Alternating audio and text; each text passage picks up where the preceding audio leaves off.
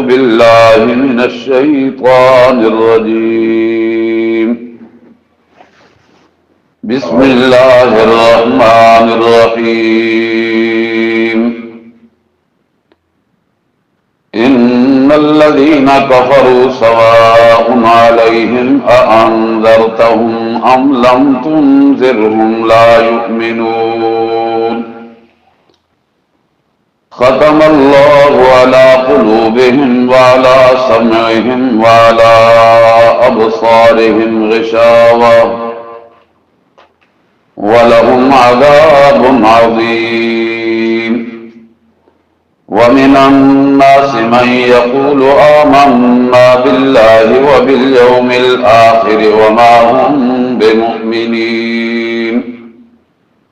يخادعون الله والذين آمنوا وما يخدعون إلا أنفسهم وما يشعرون.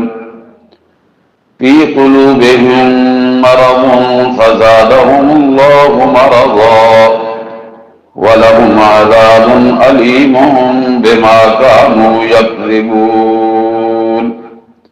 وإذا قيل لهم لا تفسدوا في الأرض قالوا إنما نحن مصلحون.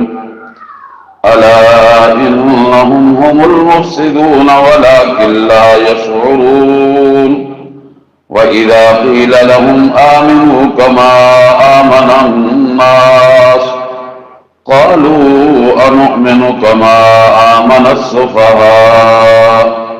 ألا إنهم هم السفهاء ولكن لا يعلمون. وإذا لقوا الذين آمنوا قالوا آمنا وإذا خلوا إلى شياطينهم قالوا إنا معكم إنما نحن مستهزئون.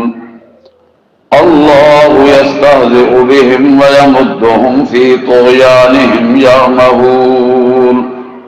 أولئك الذين اشتروا الضلالة بالهدى فما ربحت تجارتهم وما كانوا مهتدين. سبحان ربك رب العزة عما يصفون وسلام على المرسلين والحمد لله رب العالمين. اللهم صل على سيدنا ومولانا محمد وعلى آل سيدنا ومولانا محمد وبارك وسلم ثم صل عليه. آج ہمارا سبق کا چوتھا دن ہے. پہلے 3 دنوں میں ہم نے کچھ اصطلاحات جو انتہائی ضروری تھی وہ پڑھی ہیں. سورۃ الفاتحہ اور سورہ البقرہ کی 5 آیات بڑے اختصار کے ساتھ ہم نے مکمل کی.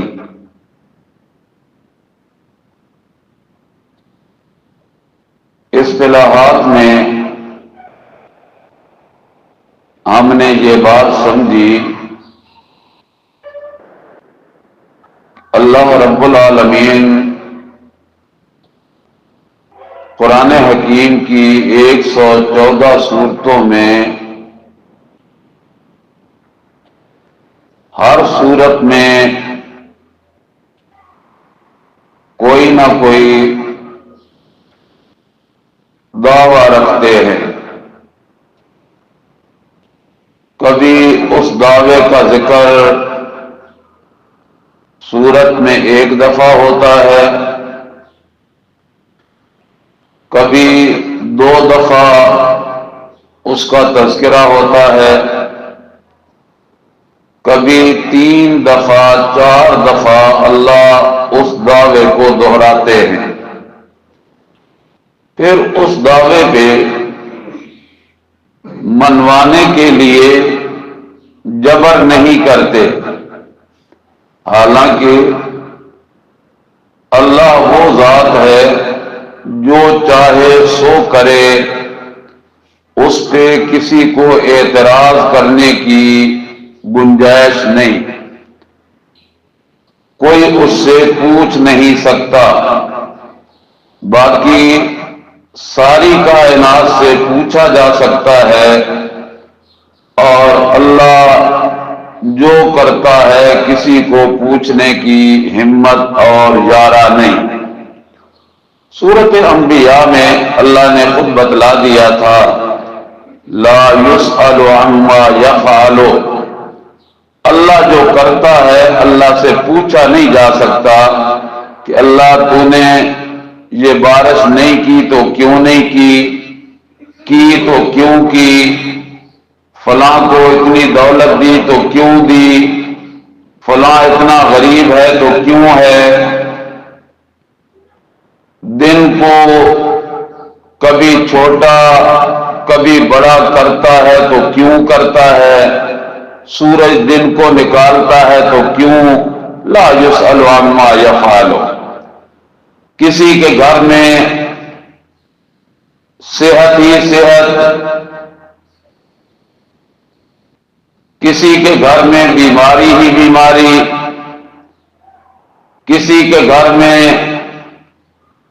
اولاد ہے کسی میں نہیں ہے، کسی میں صرف بیٹیاں کسی میں صرف بیٹے، کسی میں بیٹے اور بیٹیاں، یہ اللہ کی اپنی مرضی ہے، جو چاہے سو کرے، اس سے پوچھا جا سکتا نہیں۔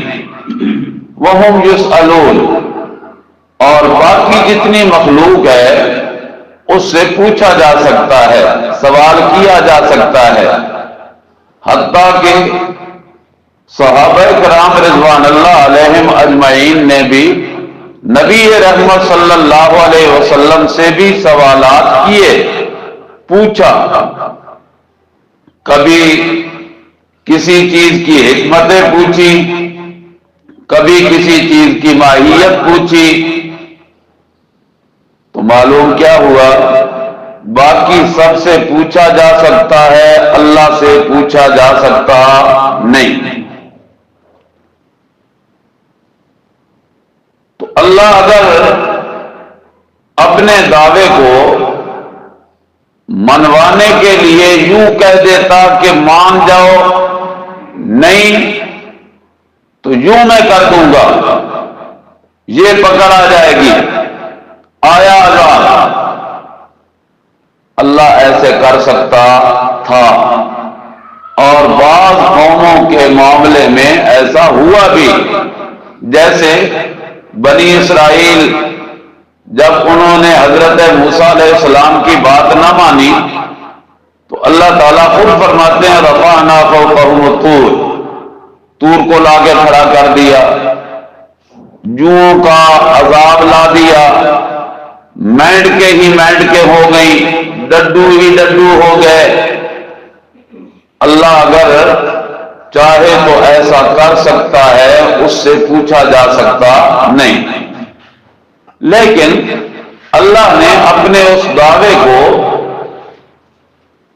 منوانے کے لیے جبر نہیں کیا، دلائل دیے، کبھی عقلی دلیلیں، پھر عقلی دلیلوں میں کبھی صرف دلیل دے دی اللہ نے، اور کبھی دلیل ایسی دی کہ جس دلیل کو مخالف سے مخالف بھی ہو تو مانے بغیر اس کا چارہ کوئی نہیں۔ جس طرح کل کے سبق میں سورۃ یونس کا میں نے حوالہ دیا کہ اللہ تبارک و تعالی نے اپنے محبوب پیغمبر سے کہا کہ ذرا ان سے پوچھئے کہ تمہیں رزق کون دیتا ہے، کانوں میں سننے کی قوت کون دیتا ہے؟ آنکھوں کے حلیے اور نقشے میں بصارت اور دیکھنے کی طاقت کون دیتا ہے؟ تو ایک ہی ان کا جواب ہے کہ اللہ۔ یہ سارے کام کرنے والا کون ہے؟ تو کبھی اللہ ایسی دلیلیں دیتے ہیں کہ جن دلیلوں کو مانے بغیر مخالف کا بھی کوئی چارہ نہیں، مجبوراً اسے ماننا ہی پڑتا ہے۔ اور کبھی اللہ نقلی دلیلیں دیتے ہیں، کبھی وحی کو بطور استشہاد اور بطور دلیل پیش کر دیتے ہیں، اور کبھی کبھی اللہ رب العالمین یوں کر دیتے ہیں کہ ایک دعویٰ ہے اور اس دعوے کا ایک حصہ مانا گیا۔ آج ایک نئی بات آنے لگی ہے، توجہ کرو۔ ایک حصہ اس دعوے کا مانا گیا، تسلیم ہو گیا، اور اس کی تردید اور اس کا انکار کوئی بھی ظاہراً صراحتاً نہیں کر سکتا۔ گویا انہوں نے دعوے کے اس حصے کو تسلیم کر لیا۔ مثلا قرآن کریم ایک مقام پہ فرماتا ہے اپنے پیغمبر کریم کو کہ میرے محبوب پیغمبر آپ ان سے پوچھئے من خلق السماوات والارض، آسمان و زمین کو کس نے بنایا؟ تو وہ آگے سے کہتے ہیں خلقہن العزیز العلیم، اسے اس ذات نے بنایا ہے آسمان اور زمین جو زبردست ہے، غالب ہے، العلیم جاننے والی ذات ہے۔ اب اس بات کو انہوں نے تسلیم کر لیا، دعوے کے اس حصے کو انہوں نے تسلیم کر لیا۔ اب اللہ رب العالمین نے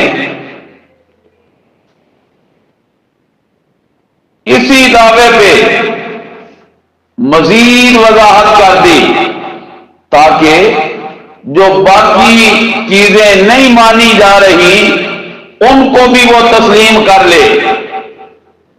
اب اسی آیت میں اللہ تبارک و تعالی نے فرمایا، ذرا غور تو کرو، اللہ کون ہے؟ جو غالب ہے، جاننے والا ہے، وہ وہی ذات ہی تو ہے نا۔ جعل لکم الارض مہادا، جعل لکم الارض مہدا، اس نے زمین کو بچھونا بنا لیا۔ جعل لکم فیہا سبلا، پھر اللہ نے زمین میں راستے بنا دیے تمہارے گزرنے کے لیے۔ وہ وہی ذات تو ہے نزل من السماء ماء بقدر، جو ذات آسمان سے اندازے کے ساتھ بارش اتارتی ہے، پانی اتارتی ہے، پھر بنجر زمین کو آباد کر دیتی ہے۔ کذالک تخرجون، اسی طرح تم بھی نکالے جاؤ گے۔ کیا مطلب؟ کہ جس طرح بنجر زمین پہ بارش برستی ہے تو بنجر زمین ہریالی ہو جاتی ہے، اسی طرح تمہارے اوپر بھی ایک وقت آئے گا کہ موت آئے گی اور تمہارا نام و نشان مٹ جائے گا، پھر دن قیامت کا قائم ہوگا تو کذالک تخرجون، اسی طرح تمہیں نکالا جائے گا۔ اب ایک حصہ تسلیم ہو گیا اور باقی حصوں کو اللہ نے وضاحت کے ساتھ پیش کر دیا تاکہ باقی حصے کو بھی وہ رد نہ کر سکیں۔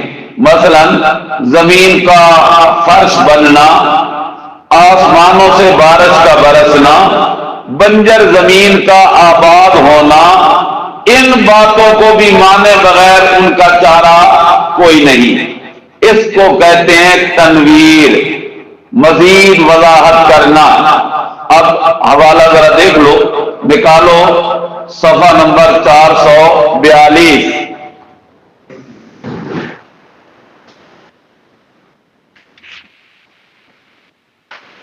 صفحہ 442، 442۔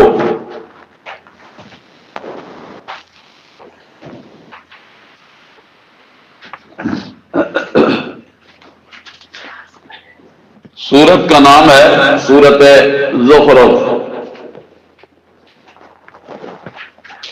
اللہ تیسری سطر اوپر سے، وَلَئِن سَأَلْتَهُم مَّنْ خَلَقَ السَّمَاوَاتِ وَالْأَرْضَ لَيَقُولُنَّ خَلَقَهُنَّ الْعَزِيزُ الْعَلِيمُ الَّذِي جَعَلَ لَكُمُ الْأَرْضَ مَهْدًا وَجَعَلَ لَكُمْ فِيهَا سُبُلًا لَعَلَّكُمْ تَهْتَدُونَ وَالَّذِي نَزَّلَ مِنَ السَّمَاءِ مَاءً بِقَدَرٍ فَأَنشَرْنَا بِهِ بَلْدَةً مَّيْتًا كَذَلِكَ تُخْرَجُونَ۔ بیٹا یہ قرآن پاک رکھو نا، یہ والا، یہ صفحے وہی ہیں جو میں بتلاتا ہوں، ان صفحوں پہ یہ نکل آتا ہے۔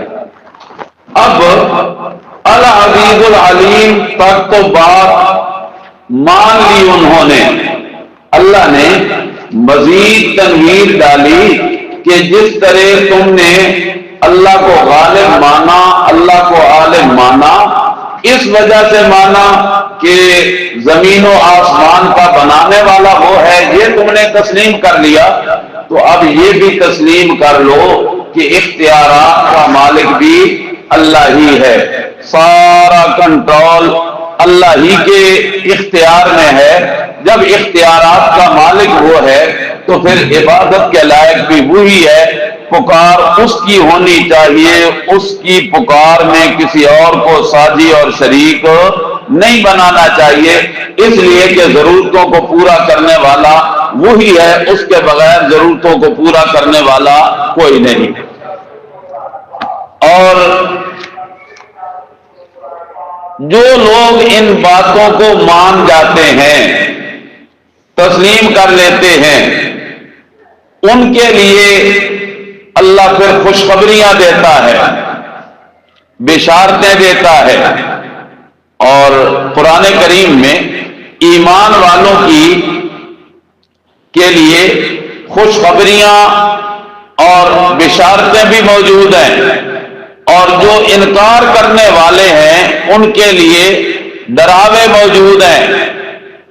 ڈراووں کو کہتے ہیں تخویف، خوف دلانا، ڈر دلانا، اور خوشخبری کو کہتے ہیں تبشیر، بشارت۔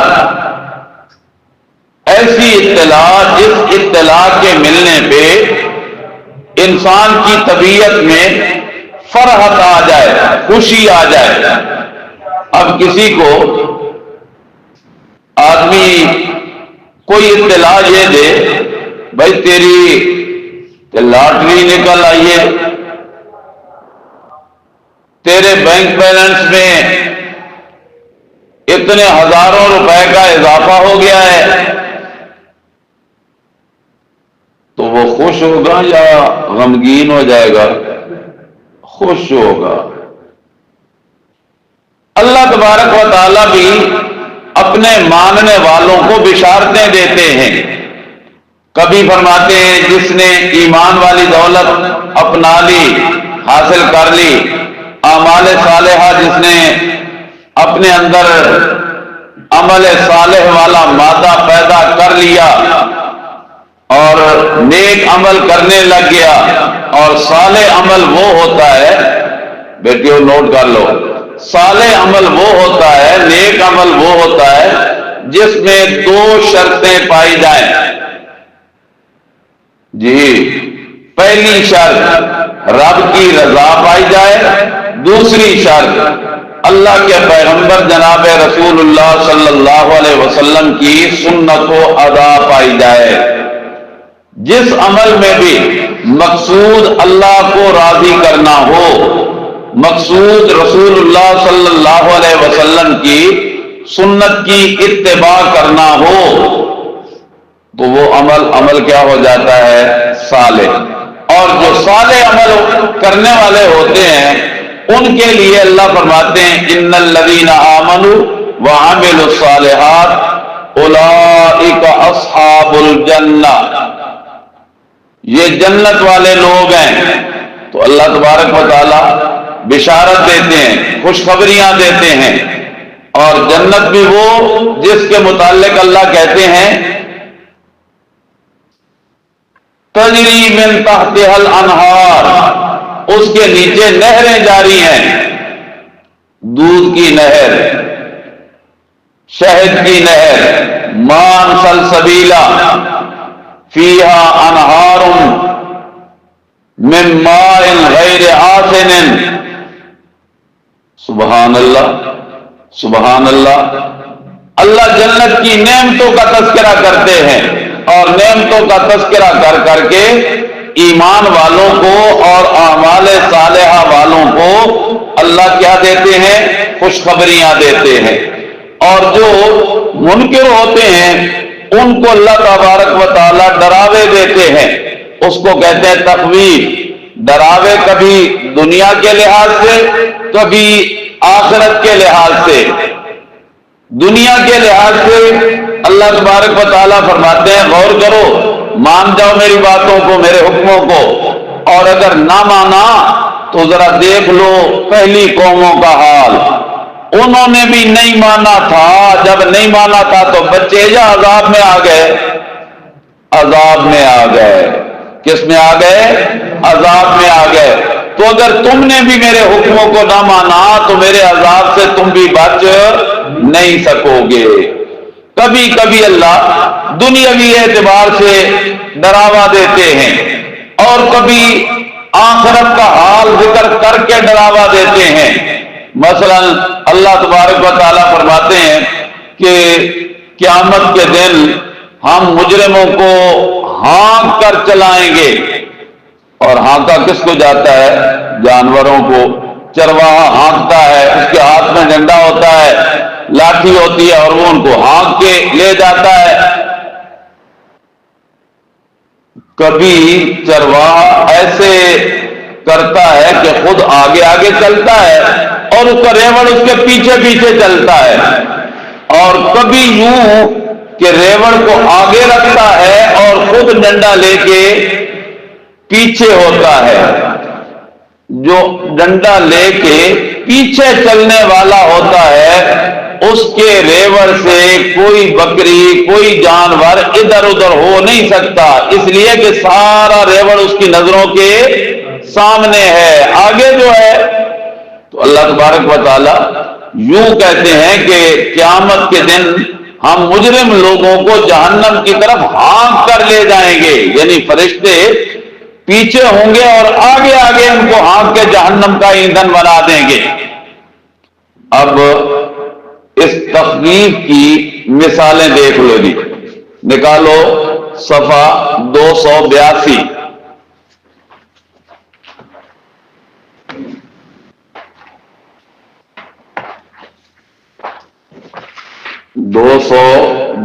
صفحہ اللہ سورت مریم ختم ہو رہی ہے، آخری آیت ہے سورت مریم کی۔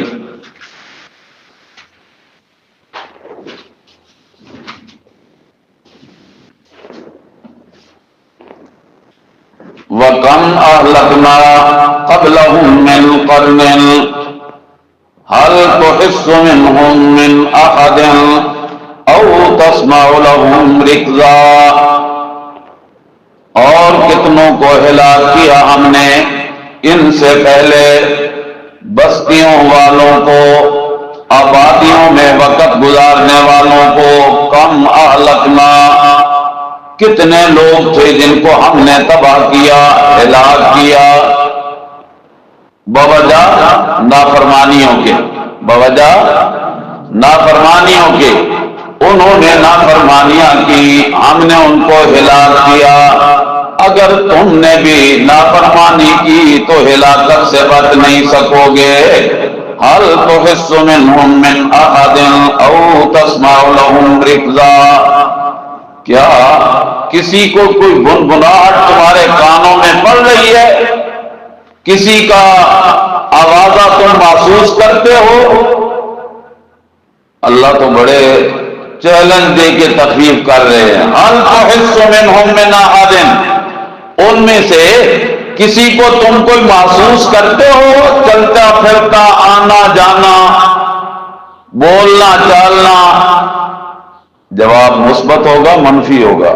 منفی ہوگا کہ کسی کو بھی ہم چلتا پھرتا، آنا جانا، بولنا چالنا محسوس کرتے نہیں ہیں. او تسمع لهم رکزا. یا ان کی کوئی دھنک تمہارے کانوں میں آتی ہے، کوئی آوازیں آتی ہیں؟ پھر ذرا وہ بھی ذہن میں سوچ لیں جو یہ کہتے ہیں کہ مرنے کے بعد بادشاہ وہ پہچان بھی لیتے ہیں، آ جا بھی جاتے ہیں. اللہ تو کہتے ہیں جن کو ہم نے ہلاک کیا ان کا نام و نشان مٹ گیا. اور اگر تم نے بھی بغاوتیں اور نافرمانیوں والی روش ترک نہ کی تو تمہیں بھی ہلاکت سے بچائے گا کوئی نہیں. اسی سے 2 آیتیں اوپر چلو. ان الذین آمنوا وعملوا الصالحات سیجعل لهم الرحمن ودا فانما یسرناہ بلسانک لتبشر بہ المتقین. لتبشر بہ المتقین. متقی لوگوں کو کیا دے دے تو؟ خوشخبری، بشارت دے دے. پچھلا صفحہ کھولو جی، پچھلا صفحہ. اللہ اکبر. وہ تو تھی ڈراوا آخرت کے لحاظ سے، دنیا کے لحاظ سے. اب نیچے سے 5ویں سطر پہ غور کرو. وَنَسُوقُ الْمُجْرِمِينَ. مل گیا جی. وَنَسُوقُ الْمُجْرِمِينَ إِلَىٰ جَهَنَّمَ وِرْدًا. اس دن ہم ہانکیں گے مجرم لوگوں کو. نسوق کو ہانکیں گے. جیسے مثال میں نے دی کہ چرواہا اپنے ریوڑ کو ہانکتا ہے، ادھر ادھر ہونے نہیں دیتا، کوئی بھی نکل نہیں سکے گا مجرم. الی جہنم. جہنم کی طرف ہم ہانکیں گے. اور حالت ان کی کیا ہوگی؟ وردا، پیاس کے مارے ہوئے. لا یملکون الشفاعۃ. اب کوئی بھی ان کو سفارشی نہیں ملے گا کہ جس کو وہ کہہ سکیں کہ تو میری سفارش کر اور میرا جامہ چھڑا لے، مجھے بچا لے. نہ کوئی سفارشی ملے گا، نہ کوئی سفارش کرنے والا ان کا ہوگا. نسوق المجرمین. یہ اللہ ڈراوے کیوں دیتا ہے؟ اس لیے کہ تاکہ سیدھی راہ پہ چلتے رہو. اور اگر تم نے بھی سیدھی راہ اختیار نہ کی تو تمہارا بھی آخرت میں مجرموں کی فہرست میں نام آ جائے گا. اور جب مجرموں کی فہرست میں نام آ گیا تو پھر ٹھکانہ جنت نہیں بلکہ جہنم بن جائے گا. اللہ محفوظ فرمائے. تو اللہ تبارک و تعالی کبھی کبھی قرآن حکیم میں ماننے والوں کو خوشخبریاں دیتے ہیں اور نہ ماننے والوں کو ڈراوا دیتے ہیں. ڈراوے پھر 2 قسم کا ہوتا ہے. کبھی ڈراوا دنیا کے لحاظ سے اور کبھی ڈراوا آخرت کے لحاظ سے. چلو جی، آج کی اصطلاحات میں بس یہ 3 باتیں میں نے عرض کر دی ہیں. انشاءاللہ آگے روزانہ 1 2 3 اصطلاحات بھی ساتھ آئیں گی. اب سبق پہ غور کرو. ان الذین کفروا سواء علیہم. سورۃ فاتحہ میں 3 جماعتوں کا ذکر تھا. ایک جماعت تھی وہ جن پہ اللہ کا کیا ہوا؟ انعام. دوسری جماعت وہ تھی جن کے اوپر ہوا اللہ کا غضب، اور تیسری جماعت وہ تھی جو گمراہ تھے۔ اب ان تین جماعتوں کا اللہ نے تعارف کرایا کہ انعام والے لوگ کون ہیں، جن کو انعام ملے گا یا انعام کے حقدار بنتے ہیں یا بنیں گے۔ وہ چار طبقات تھے: اللہ کے رسول، نبی، نمبر 2 صدیقین، نمبر 3 شہداء، نمبر 4 صالحین، نیکوکار لوگ۔ اللہ تبارک و تعالی نے ابتدا میں متقی لوگوں کا تذکرہ کیا، پہلا گروہ، پہلی جماعت، اور ان کی صفتیں بیان کی۔ پہلی صفت یہ تھی کہ الذین یؤمنون بالغیب، جو غیب پہ ایمان رکھنے والے تھے۔ اور میں نے بتایا تھا کہ غیب وہ ہوتا ہے جو انسان کی حس سے اوجھل ہو، انسان کی حس سے اوجھل ہو، وہ غیب ہوتا ہے، اور ان کا غیب پہ ایمان ہے۔ یہ پہلی صفت ہے۔ اور ایمان کس کو کہتے ہیں؟ ایمان نام ہے ماننے کا، تصدیق کرنے کا، زبان سے اقرار اور دل سے تصدیق، اقرار باللسان و تصدیق بالقلب۔ تو غیب پہ ان کو تصدیق ہے، ان کا اعتراف ہے، اقرار ہے۔ اللہ کو بھی مانا، اللہ کے فرشتوں کو بھی مانا، اللہ کے حکموں کو تسلیم کیا، اور ان حکموں میں یقیمون الصلاۃ، نماز کو قائم کرتے۔ قائم کرنا یہ ہوتا ہے کہ نماز کے جتنے بھی حقوق ہیں ان سارے حقوق کو پورا کیا جائے، یہ ہے نماز کا قائم کرنا۔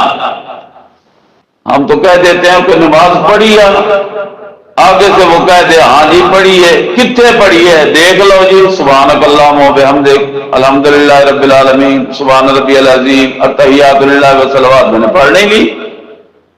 اللہ نے نماز کے قائم کرنے کی بات فرمائی کہ متقی لوگوں کی صفت یہ ہے کہ وہ نماز کو قائم کرتے ہیں۔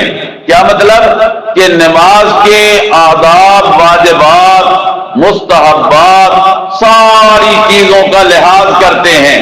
جو چیزیں نماز شروع کرنے سے پہلے لازم ہے، مثلا جگہ کا پاک ہونا، بدن کا پاک ہونا، کپڑے کا پاک ہونا، سطر کا ڈھانپا ہوا ہونا، وقت کا ہونا، قبلہ رخ ہونا، نیت کا دل میں پختہ ہونا، یہ ساری باتیں نماز کے لیے ضروری ہیں۔ پھر نماز کے اندر شروع کی تو اللہ کی طرف توجہ پوری ہونا، اس کو کہتے ہیں نماز کا قائم کرنا۔ وَمِمَّا رَزَقْنَاهُمْ يُنْفِقُونَ، تیسری صفت متقی لوگوں کی یہ بیان کی گئی تھی کہ جو ہم نے انہیں عطا کیا اس سے وہ خرچ کرتے ہیں ہماری رضا کے لیے۔ اب ہم اس معنی کو عام طور پہ لیتے ہیں کہ وہ زکوٰۃ دیتے ہیں، اس میں کوئی شک نہیں کہ زکوٰۃ بھی تو اللہ کے نام بھی دی جاتی ہے اور اللہ کے دیے ہوئے مال سے دی جاتی ہے، لیکن یہ جو مما رزقناہم ینفقون ہے، یہ اللہ نے ساری چیزوں پہ حاوی کر دیا۔ صحت کس نے دی؟ اللہ نے۔ دولت کس نے دی؟ اللہ نے۔ زبان کس نے دی؟ اللہ نے۔ آنکھ، ناک، کان، دل، دماغ کس نے دیے؟ اللہ نے۔ تو اللہ فرماتے ہیں مما رزقناہم ینفقون، وہ متقی وہ ہوتا ہے جو ہمارے دیے ہوئے کو ہمارے حکموں کے مطابق استعمال کرتا ہے۔ سمجھ آئی مانا؟ ہمارے دیے ہوئے کو ہمارے حکموں کے مطابق استعمال کرتا ہے۔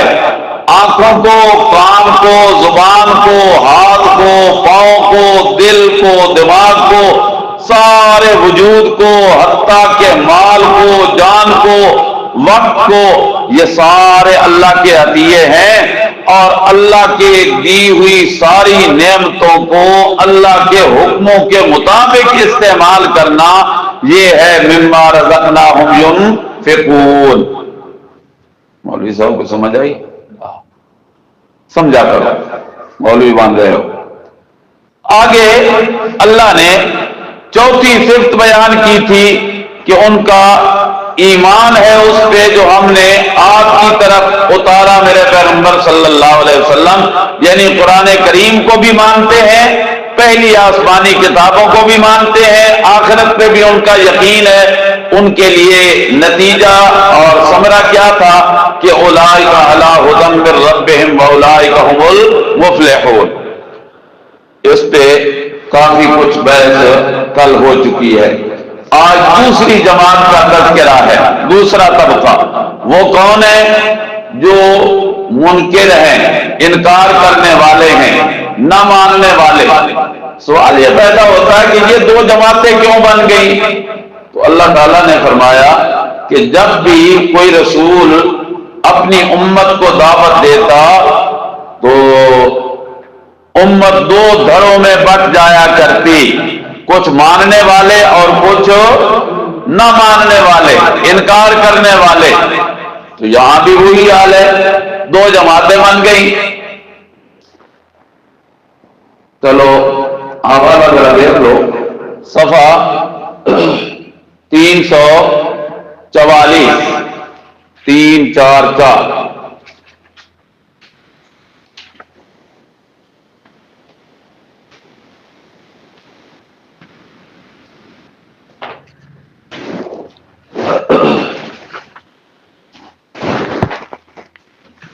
پہلی سطر سورۃ نمل کی آیت ہے، آیت نمبر 45 ہے۔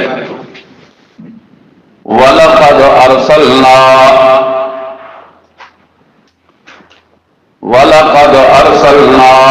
إِلَىٰ ثَمُودَ أَخَاهُمْ صَالِحًا، اور البتہ تاکہ بھیجا ہم نے قوم ثمود کی طرف اخاہم ان کے بھائی صالحا، حضرت صالح علیہ السلام کو۔ کن کی طرف بھیجا؟ قوم ثمود کی طرف۔ پیغام کیا تھا حضرت صالح کا؟ ان اعبدوا اللہ، کہ عبادت کرو تم اللہ ہی کی۔ جب حضرت صالح نے علیہ السلام نے قوم ثمود کو یہ پیغام دیا تو پھر نتیجہ کیا نکلا؟ فَإِذَا هُمْ فَرِيقَانِ يَخْتَصِمُونَ، پھر دو جماعتیں بن گئیں، آپس میں جھگڑنے لگے۔ ایک جماعت وہ تھی جنہوں نے کہا کہ صالح سچ کہتا ہے، اور دوسری جماعت وہ جو حضرت صالح کے مخالف ہو گئے۔ تو کتنی جماعتیں بنی؟ دو جماعتیں بنی۔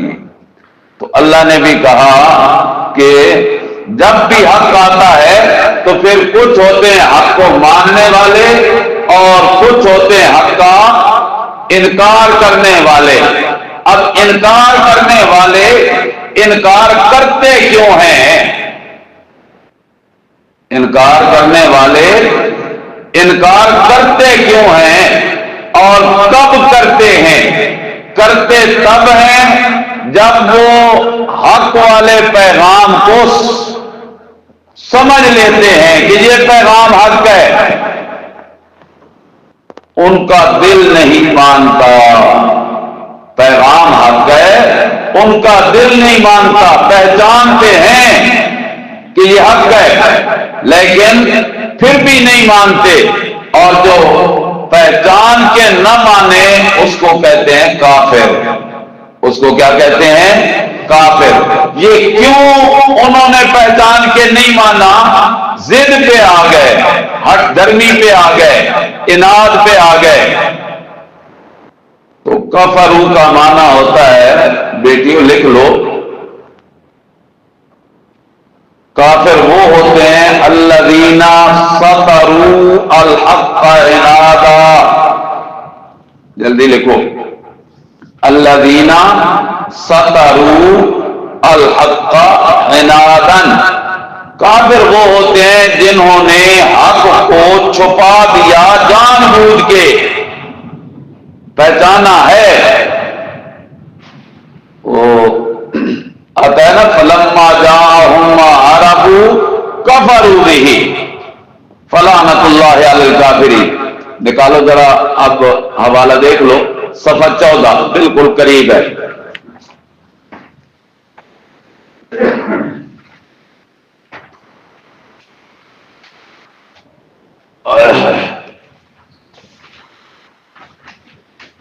اللہ اکبر.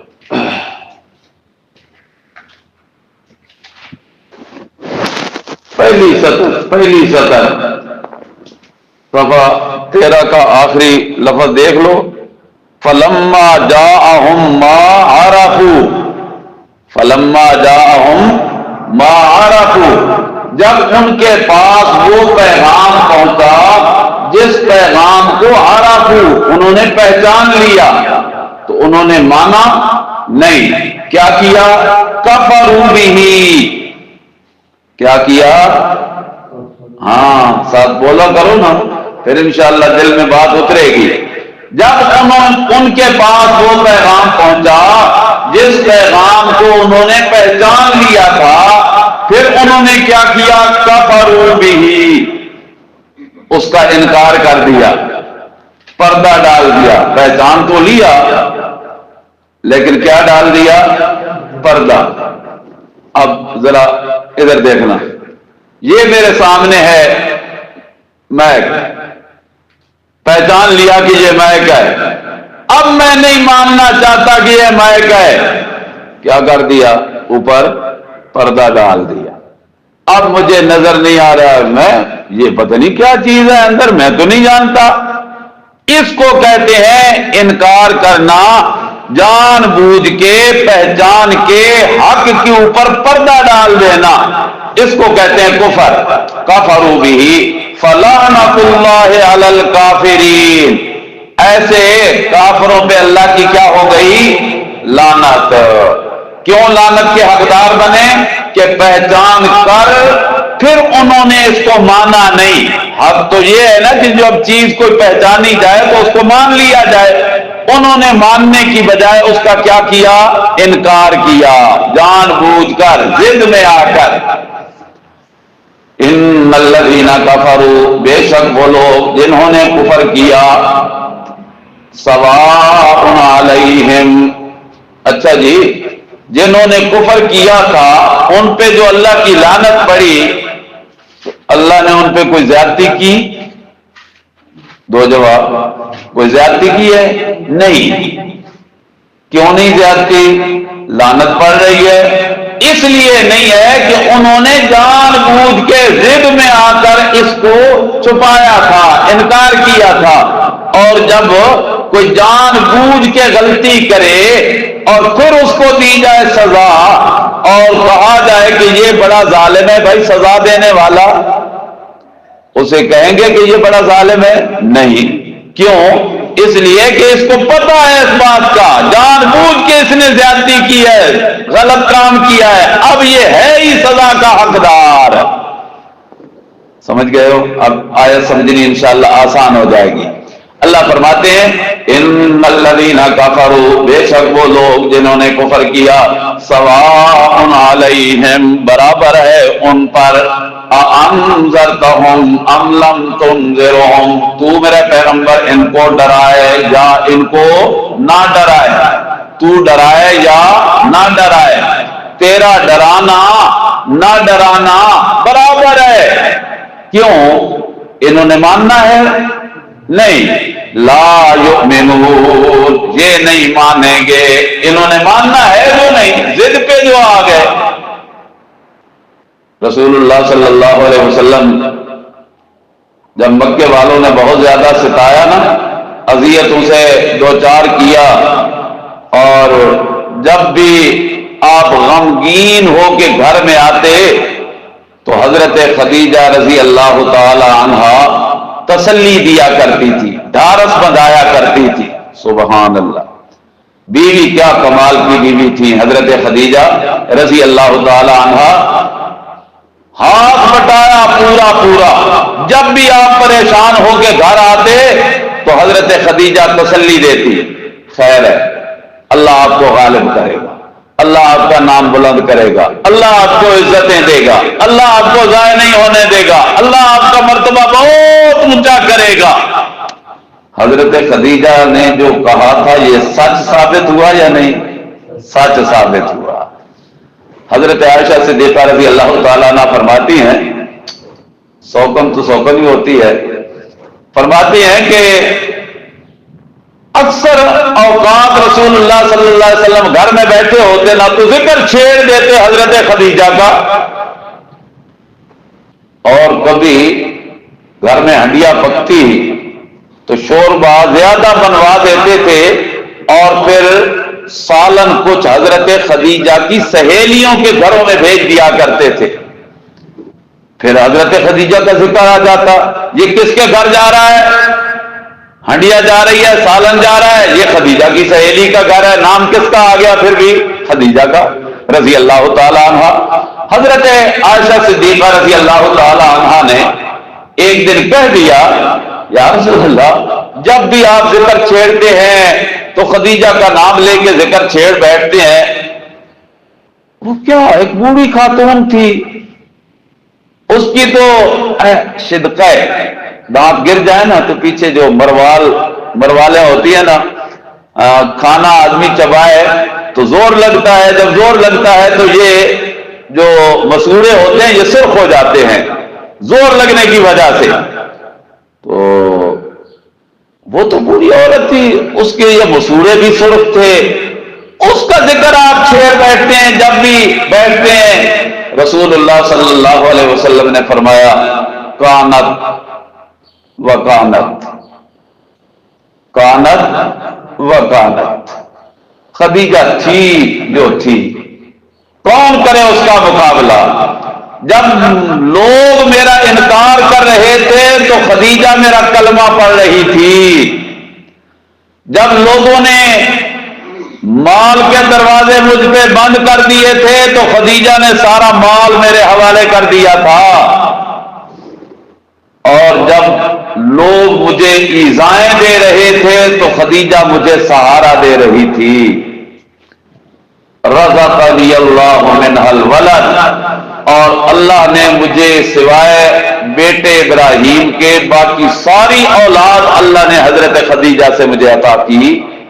تو وہ تو تھی جو تھی، کون کرے اس کا مقابلہ؟ اللہ اللہ اللہ۔ جب حضرت خدیجہ کا انتقال ہو گیا تو اب مکے والوں نے بھی کہا ہوں پتہ چلے گا، جو تسلیاں دینے والا تھا نا بندہ وہ تو اب چلا گیا، اب کوئی بھی نہیں اس کو تسلی دے گا، جب تسلی کوئی نہیں دے گا تو پریشانیاں بڑھ جائیں گی، اور جب پریشانی زیادہ ہو جائے گی تو پھر ہمارے قریب خود آئے گا محمد چل کے، ہمارے قریب آ جائے گا، پھر ہم پوچھیں گے کہ کیسے ہوتا ہے کسی کے معبودوں کو برا بھلا کہنا، معبودوں کو برا بھلا کہنا، حالانکہ رسول اللہ نے کبھی زندگی میں کسی کے معبود کو برا بھلا نہیں کہا تھا۔ کہتے کیا تھے؟ آپ کہتے یہ تھے کہ یہ جو تم نے بت بنا کے کھڑے کیے ہوئے ہیں اور تم نے عقیدہ یہ بنایا ہوا ہے کہ جب ہم ان کے سامنے جاتے ہیں تو یہ ہمیں دیکھتے ہیں، ہماری سنتے ہیں، ہماری مشکلات کو حل کرتے ہیں، اگر کرتے نہیں تو کروا دیتے ہیں، اور اگر کروا بھی نہیں سکتے نہیں دیتے تو ہماری سن کے اللہ تک پہنچا دیتے ہیں۔ مشرک کا نظریہ ہی تین باتوں پہ ہوتا ہے۔ پہلا زور ہوتا ہے کہ یہ جو ہمارا بزرگ ہے نا یہ ہماری بگڑی بنا دیتا ہے، پھر نعرے لگنے لگ جاتے ہیں، بری بری امام بری کر دو میری کھوٹی قسمت کھری، بابا نہ دے گا تو پھر کون دے گا، ہمیں جو ملے گا یہیں سے ملے گا۔ حالانکہ حق تو یہ ہے کہ مومن اور مسلمان کا نعرہ یہ ہونا چاہیے، اللہ نہ دے گا تو پھر کون دے گا۔ سمجھ آ رہی ہے؟ اللہ نہ دے گا تو پھر کون دے گا، ہمیں جو ملے گا وہیں سے ملے گا، اللہ ہی سے ملتا ہے، اس کے بغیر داتا کوئی نہیں۔ اس کے بغیر قسمتوں کوٹیوں کو کھڑا کرنے والا کوئی نہیں۔ پہلا نظریہ ان کا یہ ہوتا ہے کہ یہ ہمارا کام خود کر دیتے ہیں۔ دوسرا نظریہ کہ اگر خود نہیں کرتے تو ہمارا کام اللہ سے کروا دیتے ہیں۔ اور اگر یہ نظریہ بھی نہیں تو پھر تیسرا نظریہ یہ ہوتا ہے کہ نہ یہ کر سکتے ہیں نہ کروا سکتے ہیں، البتہ ہماری سن کے اوپر پہنچا دیتے ہیں، ہماری سن کے اوپر پہنچا دیتے ہیں۔ اور یہ تینوں قسمیں کس کی ہیں؟ شرک کی۔ یہ ساری تینوں نظریے کس کے ہیں؟ شرک کے، شرکیہ نظریے ہیں۔ اللہ نے جب رد کرنا چاہا تو اللہ نے رد کرتے وقت تیسرے نظریے کو پہلے نمبر پہ رکھ دیا، اور حضرت ابراہیم نے کیا کہا؟ یا ابت لما تعبد ما لا یسمع۔ یہ جو شرکیہ تیسرا نظریہ ہے کہ ہماری سن کے اوپر پہنچا دیتے ہیں، حضرت ابراہیم نے کہا یا ابت لما تعبد ما لا یسمع ولا یبصر، اور آخری ان کا پہلا اس کو آخری حد پہ رکھ دیا، لا یغنی عنک شیئا، وہ تیری بگڑی بنا سکتے نہیں۔ جب بگڑی نہیں بنا سکتے تو قسمتوں کے فیصلے کیسے کر سکتے ہیں؟ تو مکے والوں نے بھی کہا کہ اب پتہ چلے گا، تسلی دینے والی خدیجہ تو ہے کوئی نہیں، اب پریشان ہو جائے گا، پھر ہمارے ساتھ ودو لو تدہنو فیدہنون، کچھ لو اور دو کا اصول آ جائے گا، مفاہمت کی فضا پیدا ہو جائے گی، کچھ ساڑیاں مننے گا تو کچھ اپنیاں منوائے گا۔ مانے گا کیا؟ کہ یہ جو ہم نے 360 بت رکھے ہوئے ہیں، وہ بت رکھتے تھے مجسمے بنا کے۔ عقیدہ کیا ہوتا تھا کہ جب ہم ان کے سامنے جاتے ہیں تو ہمارا یہ بت ہمیں دیکھتا ہے، ہماری سنتا ہے، ہماری مشکل کو حل کرتا ہے۔ جس کا یہ مجسمہ ہے اس کی روح اس کے اندر سرایت کی ہوئی ہے، یہ مکے کے مشرکوں کا عقیدہ تھا۔ اور آج کل کا عقیدہ کیا ہے کہ جب ہم کسی دربار پہ، خانقاہ پہ، کسی بزرگ کے قبر پہ جاتے ہیں تو وہ بزرگ ہماری سنتا ہے، ہمیں دیکھتا ہے، ہماری مشکلات کو حل کرتا ہے۔ مکے والے کہتے تھے یہ بت کرتے ہیں، آج کا کہتا ہے یہ ہمارے بزرگ کرتے ہیں۔ ان کا عقیدہ تھا کہ بتوں کے اندر روح ہے، ان کا عقیدہ یہ ہے کہ قبر والے کے اندر اس کی روح ہے۔ جب روح اس کے اندر ہے تو یہ ہماری سنتا بھی ہے، ہمیں دیکھتا بھی ہے، ہماری مشکلات کو حل کرتا بھی ہے۔ تشابہت قلوبہم، ہے اکو جیسے، فرق کوئی بھی نہیں ان میں اور ان میں۔ اسی لیے کسی ہندو نے کہا تھا نا، جب اس کو کسی مسلمان نے اسلام کی دعوت دی کہ تم مسلمان ہو جاؤ، کلمہ پڑھ لو، اس نے کہا کیا ہو جائے گا؟ نے کہا اللہ راضی ہو جائے گا۔ کیوں؟ اب ہم پہ اللہ کوئی ناراض ہے؟ تو اس نے کہا ہاں، تم بتوں کی پوجا کرتے ہو اس لیے اللہ ناراض ہے۔ تو آگے سے اس ہندو نے کہا اچھا اگر ہم بتوں کی پوجا کرتے ہیں تو تم بھی تو بزرگوں کی پوجا کرتے ہو، فرق کیا رہا؟ ہم کھڑے کو پوجتے ہیں، تم پڑے کو پوجتے ہو، نظریہ دونوں کا ایک ہے، پھر یہ کیا ہوا کہ تم پہ اللہ راضی اور ہم پہ ناراض؟ تو معلوم ہوا کہ شرک چاہے کپڑے کی ٹاکی کے ساتھ نظریہ ہو، لکڑی کے ڈنڈے کے ساتھ نظریہ ہو، مٹی کی ڈھیری کے ساتھ نظریہ ہو، پتھر کی مجسمے کے ساتھ نظریہ ہو، نظریہ اگر یہ ہے تو اسے شرک کہیں گے، اور یہ کرنے والا مشرک ہوتا ہے۔ اس میں کوئی رو رعایت نہیں، کوئی تفریق نہیں ہے، سمجھو ذرا بات کو۔ تو مکے والوں نے جب زیادہ تنگ کیا تو رسول اللہ صلی اللہ علیہ وسلم طائف کی طرف چلے گئے۔ طائف میں سرداری نظام تھا، کہ چلو جب سردار سے بات کریں کہ سردار مان جائے گا تو اس کی رعیت خود بخود مان جائے گی۔ جب سرداروں کے پاس گئے تو کسی سردار نے یہ کیا کہ اچھا تو ہی ہے جس نے ہماری زندگی اجیرن کر رکھی ہے، مکے والوں کا جینا تو بھر کر دیا، جاؤ نکل جاؤ یہاں سے۔ ایمان سے سوچو اس وقت رسول اللہ کے دل پہ کیا گزر رہی ہوگی کہ وہ دھکے دے کے نکال رہے ہیں، نہیں سنتے ہم تیری بات۔ پھر دوسرے سردار کے پاس اس نے کہا اچھا تو نبی ہے، اللہ نے تیرے سوا کوئی نہیں لبیا۔ اگر اللہ نے کوئی نبی بنانا ہی تھا تو یہ طائف کا علاقہ ہے، مکے کا علاقہ ہے، کسی بڑے سردار کو اللہ نبی بنا لیتا، تیرے سوا اللہ کو اور کوئی نہیں ملا۔ انا للہ و انا الیہ راجعون۔ ذرا سوچئے رسول اللہ کے دل پہ کیا گزرتی ہوگی۔ خدیجہ کا انتقال ہو گیا، ادھر حالت یہ کہ تانے دیے جا رہے ہیں۔ تیسرے سردار کے پاس اس نے کہا اچھا ہم پہلے سنتے تھے اب دیکھ لیا، تو بڑا مجنون ہے۔ چوتھے سردار نے کہا تو بڑا کذاب ہے۔ انا للہ و انا الیہ راجعون۔ پانچویں سردار نے کہا اب تیرا ایک ہی علاج ہے، نکلو بچوں مارو اس کو پتھر۔ بچوں کو پیچھے لگا دیا، پتھر چوٹے جا رہے ہیں، تیرے نبی کا چہرہ زخمی، وجود لولہان، پنڈلیاں زخمی، جوتے خون سے تر بتر ہو گئے۔ صحابہ کہتے ہیں جب ہم نے رسول اللہ کا جوتا اتارنے کی کوشش کی تو اتنا سخت ہو چکا تھا کہ خون جم چکا تھا، جوتا پاؤں سے نکل نہیں رہا تھا۔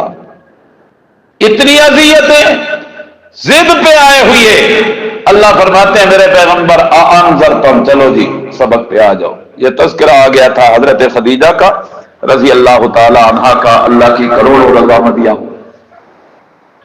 فرمایا ان الذین کفروا، بے شک وہ لوگ جنہوں نے کفر کیا، جان بوجھ کے حق کو چھپایا، سواء علیہم، برابر ہے ان پہ، انذرتہم ام لم تنذرہم، تو انہیں ڈرائے یا نہ ڈرائے، لا یؤمنون، نہیں مانیں گے۔ کس وجہ سے؟ بوجہ ضد کے، بوجہ ضد کے، یہ لفظ بھولنا نہیں ہے۔ اور سوچ رہے ہوگے کہ یہ لفظ کتوں آ گیا، نکالو ذرا 10واں رکوع اس سے پارے کا،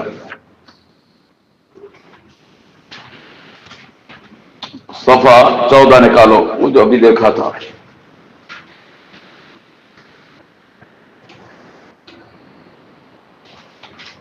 دوسری سطر پہ غور کرو، ان یکفروا بما انزل اللہ، آگے کیا ہے؟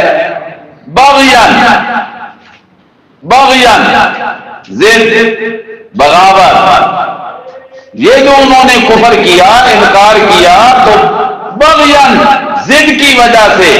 ان کو ضد کس بات پہ تھی کہ یہ وہی عبداللہ کے در یتیم محمد پہ کیوں آئی، ہم میں سے کسی پہ کیوں نہیں آئی؟ اللہ نے کہا ان ینزل اللہ من فضلہ علی من یشاء من عبادہ، یہ تو اللہ جس کو چاہے اپنا نبی بنائے۔ تم کون ہوتے ہو اللہ پہ اعتراض کرنے والے؟ اللہ فرماتے ہیں انذرتہم ام لم تنذرہم لا یؤمنون، وہ ایمان نہیں لائیں گے۔ ایک حوالہ اور دیکھ لو ذرا، نکالو صفحہ 199۔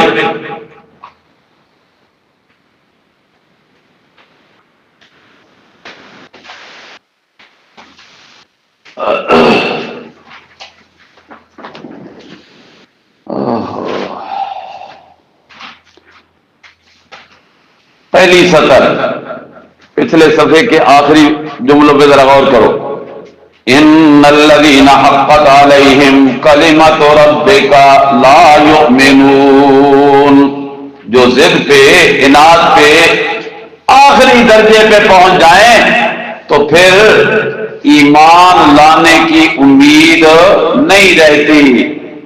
اللہ فرماتے ہیں ان الذین حقت علیہم کلمۃ ربک، بے شک وہ لوگ جن پہ تیرے رب کا بول ثابت ہو گیا، لا یؤمنون، وہ ایمان نہیں لائیں گے، لو جاءتہم کل آیۃ، چاہے ان کے پاس منہ مانگی نشانی ہی کیوں نہ آ جائے پھر بھی ایمان نہیں لائیں گے۔ چلو جی، ختم اللہ علی قلوبہم وعلی سمعہم وعلی ابصارہم، مہر لگا دی اللہ نے ان کے دلوں پہ اور ان کے کانوں پہ، وعلی ابصارہم غشاوۃ، اور ان کی آنکھوں پہ پردہ ڈال دیا، وَلَهُمْ عَذَابٌ عَظِيمٌ، اور ان کے لیے عذاب ہے بہت بڑا۔ ختم اللہ، اللہ نے مہر لگا دی، اور جب مہر لگ جائے، لفافہ بند ہو جائے، اس میں کوئی چیز داخل کی جا سکتی ہے؟ نہیں۔ اللہ فرماتے ختم اللہ علی قلوبہم، اللہ نے مہر لگا دی ان کے دلوں پہ، وعلی سمعہم، اور مہر لگا دی ان کے کانوں پہ، بوجہ ان کے ضد پہ آ جانے کے، اناد پہ آ جانے کے، چونکہ وہ اپنی ضد اور اناد میں آخری حدوں پہ پہنچ گئے، تو پھر اللہ نے بھی کیا لگا دی ان کے اوپر؟ مہر۔ کیا لگا دی ان کے اوپر؟ مہر۔ اور جب مہر لگ جائے، لفافہ بند ہو جائے، تو پھر اس کے اندر کوئی چیز داخل نہیں ہو سکتی۔ اللہ نے بھی ان کے دلوں پہ مہر لگا دی، اب ان کے دلوں پہ ہدایت کا اثر ہو سکتا نہیں۔ کانوں پہ مہر لگا دی، سننے کے لیے تو دنیا کی ساری باتیں سنتے ہیں کان، لیکن نہیں سنتے تو اللہ کا کلام نہیں سنتے۔ کیا مطلب؟ کہ یہ کلام ان کے اوپر اثر نہیں کرتا، یہ کلام ان کے اوپر اثر نہیں کرتا۔ اثر کیوں کرے؟ اتنی ضد پہ جو آ گئے، خود ماننا یا سننا تو دور کی بات ہے، سننے والوں کو بھی کہا کرتے لا تسمعوا لہذا القرآن، لا تسمعوا لہذا القرآن، یہ قرآن سنا کرو یا نہ سنا کرو؟ بولو، لا تسمعوا، نہ سنا کرو، لا تسمعوا لہذا القرآن، یہ قرآن نہ سنا کرو۔ اور اگر سنانے والا سنانے پہ مصر ہو جائے تو پھر کیا کیا کرو؟ وَالْغَوْا فِي، شور مچا دیا کرو، شور بپا کر دیا کرو، قوالیاں لا دیا کرو، گانے بجانے لگا دیا کرو، کوئی اور کم کار یاد کر لیا کرو۔ وَالْغَوْا فِيهِ، معنی سمجھ آ رہے ہیں؟ الغا کے وَالْغَوْا فِيهِ، لغو باتیں اس میں داخل کر دیا کرو، شور بپا کر دیا کرو، تاکہ قرآن والی آواز دب جائے اور تمہاری آواز اونچی ہو جائے۔ وَالْغَوْا فِيهِ۔ اب ایک اور معنی کرنے لگا ہوں، بیٹیوں ذرا توجہ کرو، پہلے حوالہ دیکھ لو، نکالو پارہ نمبر 24 رکوع نمبر 19۔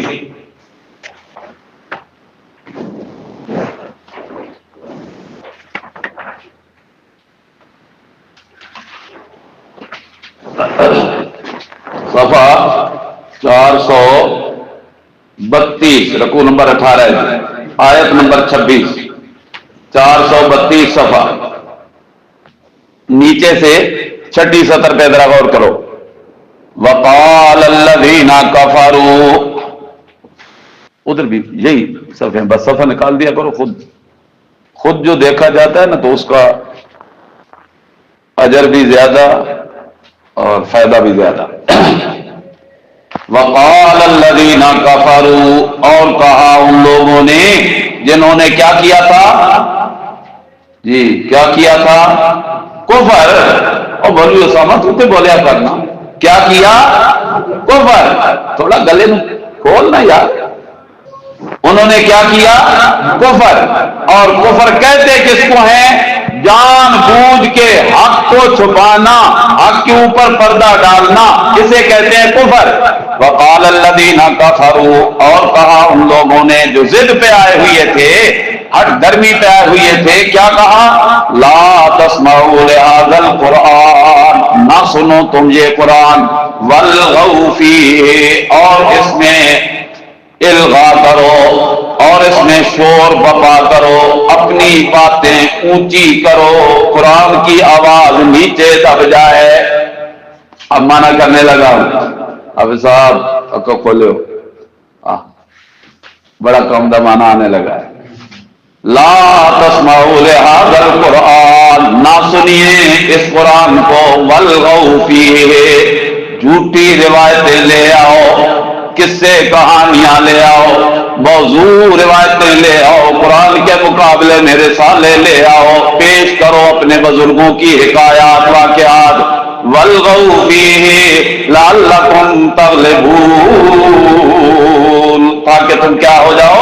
غالب آ جاؤ، تمہیں غلبہ مل جائے، تمہارا دھڑا بڑا ہو جائے گا، اس لیے کہ تمہارا رسالہ ہوگا اردو میں لکھا ہوا، قرآن ہے عربی میں لکھا ہوا، عربی سمجھیں گے نہیں، اردو سمجھ لیں گے، بس تم غالب آ جاؤ گے۔ اور آج معاشرے میں یہی کچھ ہو رہا ہے، اور کرنے والوں کو رب کا قرآن کیا کہہ رہا ہے؟ وقال الذین، ختم اللہ علی، چلو اپنی جگہ پہ، ختم اللہ علی قلوبہم وعلی سمعہم وعلی ابصارہم غشاوہ، اللہ نے مہر لگا دی ان کے دلوں پہ، ان کے کانوں پہ، ان کی آنکھوں پہ پردہ، وَلَهُمْ عَذَابٌ عَظِيمٌ، اور ان کے لیے عذاب ہے بہت بڑا۔ سمجھو ذرا، پر مہر کس نے لگائی؟ اللہ نے۔ اب اگر کوئی یہ سوال کرے کہ جب اللہ نے مہر ہی لگا دی تو پھر ان کا قصور کیا ہے؟ سمجھ گئے وہ سوال؟ سوال یہ ہے کہ جب اللہ نے مہر ہی لگا دی دلوں پہ، اب پھر ہدایت آنی کیسے؟ جب مہر ہی لگ گئی، آنکھوں پہ آ گیا پردہ، دیکھے کیسے؟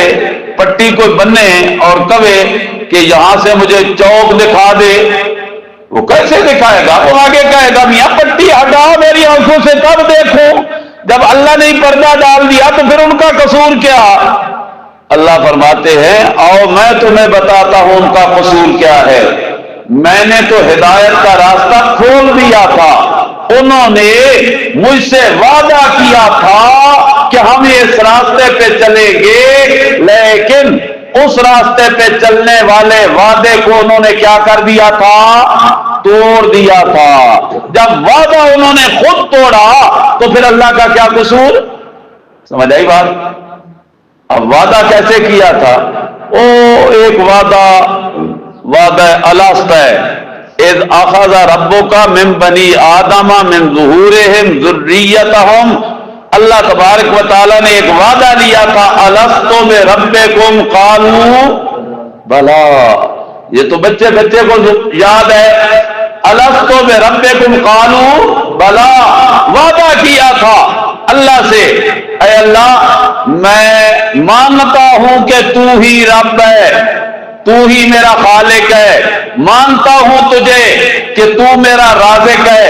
جب خالق مانا، رازق مانا تو پھر الہ بھی مان لو، معبود بھی مان لو، یہ کیا تھا وعدہ، اس وعدے کو انہوں نے کیا کیا؟ توڑ دیا۔ اب چلو جی ایک ورق الٹو، صرف ایک ورق، صفحہ 6 پہ ذرا غور کرو، اوپر سے 7ویں سطر، الذین ینقضون عہد اللہ، الذین ینقضون عہد اللہ، وہ لوگ جو توڑتے ہیں اللہ کے وعدوں کو، من بعد میثاقہ، پختہ کر لینے کے بعد، وَيَقْطَعُونَ مَا أَمَرَ اللَّهُ بِهِ أَن يُوصَلَ، اللہ نے جس کے ملانے کا حکم دیا تھا اس کو کاٹتے ہیں، وَيُفْسِدُونَ فِي الْأَرْضِ، اور زمین میں فساد کرتے ہیں، أُولَٰئِكَ هُمُ الْخَاسِرُونَ، یہی لوگ ہیں خسارے والے، نقصان والے۔ کیا جرم کیا انہوں نے؟ اللہ کے وعدوں کو خود توڑا۔ جب انہوں نے اللہ کے وعدوں کو توڑا، حالانکہ اللہ نے آنکھیں دی تھی دیکھنے کے لیے، کان دیے تھے سننے کے لیے، دماغ دیا تھا سوچنے کے لیے، دل دیا تھا سمجھنے کے لیے، اللہ نے تو یہ آزاد دیے تھے، کہ ان اعضاء کو استعمال کر، آنکھوں سے دیکھ میری قدرتوں کو، کانوں سے سن میرے قرآن کی آیات کو، اور دماغ سے سوچ میرے اختیارات کو، دل پہ پھر فیصلہ کر میری ذات کا، اور مان لے کہ لا الہ الا اللہ، اللہ کے سوا الہ کوئی نہیں۔ جب انہوں نے ان اللہ کی دی ہوئی نعمتوں کو استعمال میں نہیں لائے تو پھر جب اللہ کی طرف سے لگ گئی مہر تو پھر اللہ کان ان کے، اللہ فرماتے ہیں ما اغنا عنہم سمعہم، اللہ آنکھیں ان کی، رب نے کہا لا ابصارہم، اللہ دل ان کے، رب نے کہا لا افئدتہم۔ ذرا یہ بھی حوالہ دیکھ لو، صفحہ 456 نکالو، 456،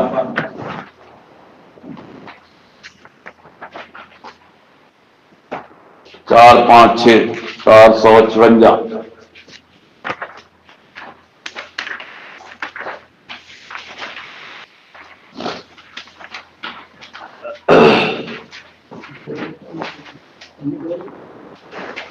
اوپر سے دوسری سطر کا ذرا غور کرو،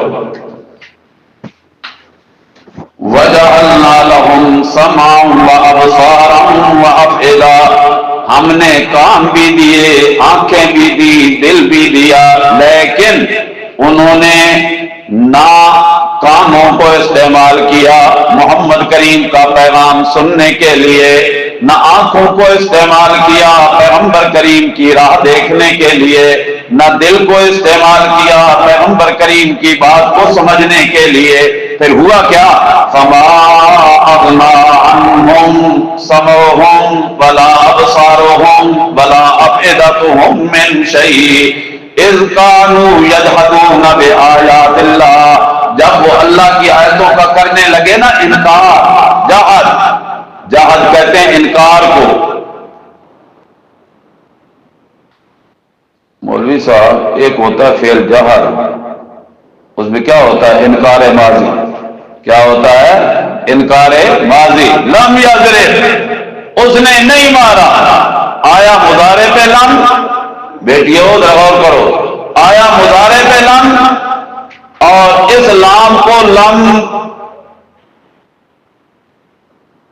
جازمہ نافیہ، جازمہ نافیہ انکاریہ، انکار ہو رہا ہے، اس نے نہیں مارا۔ اللہ فرماتے ہیں یجحدون، انہوں نے جہد کیا، انکار کیا، کس چیز کا؟ بآیات اللہ۔ اور پھر یجحدون مضارع کا صیغہ سمجھانے کے لیے کہ ایک دن کا انکار نہیں، مسلسل وہ انکار کیا کرتے تھے، اور جب وہ انکار کیا کرتے تھے تو پھر نہ ان کے کان کام آئے، نہ ان کی آنکھوں نے نفع دیا، نہ ان کے دل نے ان کو نفع دیا۔ اب جو لگ گئی مہر تو قصور ان کا اپنا یا اللہ کا؟ ان کا اپنا۔ چلو جی، وَلَهُمْ عَذَابٌ عَظِيمٌ، اور ان کے لیے عذاب ہے بہت دردناک۔ قرآن کریم کی کئی آیات ہیں جن میں اللہ تبارک و تعالیٰ نے اس حقیقت کو واضح کیا کہ جب منکر انکار پہ مصر ہو جائیں اور ماننے کے لیے تیار نہ ہوں تو پھر اللہ تبارک و تعالیٰ کی طرف سے ان کے اوپر کیا لگ جاتی ہے؟ مہر۔ اس کو کہتے ہیں مہر جباریت۔ ہاں، مہر جباریت۔ اب یہ جو مہر جباریت لگ گئی تو اب ہدایت کے راستے سارے بند ہو گئے جی۔ تو یہ دوسری جماعت کا ذکر تھا جی۔ پہلا ذکر تھا اس جماعت کا جن پہ اللہ کا کیا ہوا تھا؟ انعام، ان کے اوصاف بیان ہوئے۔ اب دوسری جماعت کا ذکر ہوا جنہوں نے کیا انکار، ضد میں آ کر، اناد پہ آ کر، ہٹ درمی پہ آ کر۔ آگے تیسرا گروہ جی، جب بھی حق آتا ہے تو ایک طبقہ ماننے والا، دوسرا طبقہ انکار کرنے والا، نہ ماننے والا، اور کچھ لوگ وہ ہوتے ہیں جو اے بھی ٹھیک نے تے اے بھی ٹھیک نے، ادھر کوئی چیز آ گئی تو ان سے لے لیں گے، ان کے پاس کوئی چیز آ گئی تو ان سے لے لیں گے، ادھر آتے تو ان کو کہتے ہم تمہارے، ادھر جاتے تو کہتے ہم تمہارے۔ یہ جب پوچھتے کہ اچھا ہمارے ہو کے ادھر کیوں گئے، تو بادشاہ اگر نہ جاویے تو انہوں نے گلا تو ان کون دسے؟ ہاں جی مولوی احمد صاحب ان کی باتیں کون بتا ہے؟ ہم جاتے ہی اسی لیے ہیں۔ اچھا وہ ان سے پوچھتے کہ تم پھر ادھر کیا لینے جاتے ہو؟ وہ چھوڑو جی، اسی انہوں نے دال آیا ہے، دال لگایا ہوا ہے، ہم تو جاتے ہیں۔ وہ سادے لوگ ہیں، ان کو سمجھ نہیں آتی، وہ سمجھتے کہ یہ ہمارے ہیں، ہم تو جاتے ہیں ان کا مذاق بنانے کے لیے، استہزاء کرنے کے لیے۔ یہ تیسرا گروہ ہے منافقین کا۔ تیسرا گروہ کون سا ہے؟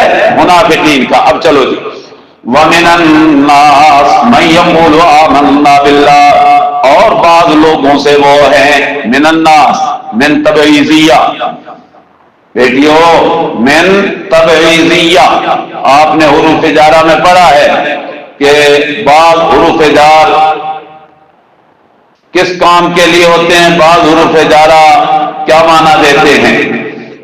وَمِنَ النَّاسِ مَن يَقُولُ آمَنَّا بِاللَّهِ، اور بعض لوگوں سے وہ ہیں، پھر میں وہ بات دہراؤں گا جو پہلے دن میں نے دہرائی تھی، خدا پنج گوشترا یکساں نہ کر، اللہ نے ہاتھ کی 5 انگلیاں ایک جیسی نہیں بنائی، کوئی چھوٹی کوئی بڑی کوئی اس سے بھی بڑی۔ وَمِنَ النَّاسِ، اسی طرح سارے لوگ ایک جیسے نہیں، کچھ ماننے والے، کچھ انکار کرنے والے، کچھ درمیان میں اپنی چال رکھنے والے۔ وَمِنَ النَّاسِ، اور بعض لوگوں سے مَن یقول، وہ بھی ہیں جو کہتے ہیں آمنا باللہ، ہم ایمان لائے اللہ پہ، وبالیوم الآخر، اور آخرت کے دن پہ، وما ہم بمؤمنین، حالانکہ نہیں ہوتے وہ ماننے والے، ایمان والے نہیں ہیں۔ کیا مطلب؟ کہ دعویٰ تو کرتے ہیں کہ ہم ایمان والے ہیں، لیکن جو دلوں کا حال جاننے والا اللہ ہے وہ کہتا ہے ما ہم بمؤمنین، یہ ایمان والے نہیں۔ کون ہے یہ؟ منافق۔ کون ہے؟ ذرا نکالو نا سورت منافقون، 28واں پارہ، سورت منافقون، رکوع نمبر 14 ہوگا۔ اللہ، رکوع نمبر 13 جی، 12 رکوع ختم ہوا، 13واں رکوع شروع ہے۔ صفحہ 501 صفحہ، اور نیچے سورت شروع ہو رہی ہے 501 صفحے کی۔ اذا جاءك المنافقون قالوا نشهد انك لرسول اللہ، اے میرے پیغمبر جب آپ کے پاس آتے ہیں منافق دوغلے، جب آپ کے پاس آئے تو کہتے کیا ہے؟ نشہد، ہم گواہی دیتے ہیں، انک لرسول اللہ، بے شک آپ اللہ کے رسول ہیں۔ یا رسول اللہ دینارے بھی لاندیا، گواہی بھی دیتے ہیں، انک لرسول اللہ، بے شک آپ اللہ کے رسول ہیں۔ اللہ فرماتے ہیں واللہ یعلم، اللہ جانتا ہے، انک لرسولہ، وہ کہتے ہیں ہم گواہی دیتے ہیں کہ آپ اللہ کے رسول ہیں۔ اللہ فرماتے ہیں میرے پیغمبر یہ گواہی دیں نہ دیں اللہ کو پتہ ہی ہے کہ آپ اس کے کیا ہیں؟ رسول ہیں۔ کیوں کہ آپ کو رسول بنایا ہی کس نے ہے؟ اللہ ہی نے بنایا ہے۔ واللہ یعلم انک لرسولہ، اور اللہ جانتا ہے کہ بے شک آپ البتہ اس کے رسول ہیں۔ واللہ یشہد ان المنافقین لکاذبون، اور اللہ گواہی دیتا ہے بے شک منافق البتہ جھوٹے ہیں، منافق البتہ جھوٹے ہیں۔ توجہ کرو ذرا، انہوں نے کیا کہا تھا؟ نشہد انک لرسول اللہ، ہم گواہی دیتے ہیں انا تاکید کا پھر ضمیر پھر لام مفتوحہ تاکیدیہ، انا کا بے شک آپ، لا رسول اللہ تاکیداً کہتے ہیں البتہ یقیناً آپ اللہ کے رسول ہیں، ہم گواہی دیتے ہیں۔ اللہ فرماتے ہیں وہ گواہی دے رہے ہیں اور اللہ بھی ایک گواہی دے رہا ہے۔ سچی گواہی کس کی ہوگی؟ اللہ کی۔ واللہ یشہد، اللہ گواہی دے رہا ہے کس بات کی کہ ان المنافقین لکاذبون، بے شک منافق البتہ جھوٹے ہیں، یعنی وہ جو یہ گواہی دے رہے ہیں نا، شہادت دے رہے ہیں انک لرسول اللہ، آپ اللہ کے رسول ہیں، آپ کے رسول اللہ ہونے میں شک نہیں ہے، رسول اللہ ہونے میں شک نہیں ہے، البتہ ان کی گواہی یہ جو دے رہے ہیں یہ گواہی دینے میں سچے نہیں ہے، کیونکہ یہ اندر سے اور ہے باہر سے اور ہے۔ جی من یقول آمنا باللہ، وہ ہیں جو کہتے ہیں ہم ایمان لائے اللہ پہ، وبالیوم الآخر، اور آخرت کے دن پہ، وما ہم بمؤمنین، اور نہیں ہیں وہ ایمان لانے والے، یخادعون اللہ والذین آمنوا، وہ دھوکہ دینا چاہتے ہیں اللہ کو اور ایمان والوں کو، دھوکہ دینا چاہتے ہیں اللہ کو اور ایمان والوں کو۔ اللہ کو کوئی دھوکہ دے سکتا ہے؟ نہیں، اللہ نے تو کہہ دیا تھا واللہ یشہد ان المنافقین لکاذبون، اللہ گواہی دے رہا ہے کہ منافق جھوٹے ہیں، دھوکہ کیسے کوئی دے اللہ کو؟ اللہ تو پہلے ہی کہہ رہا ہے کہ یہ ہیں ہی جھوٹے۔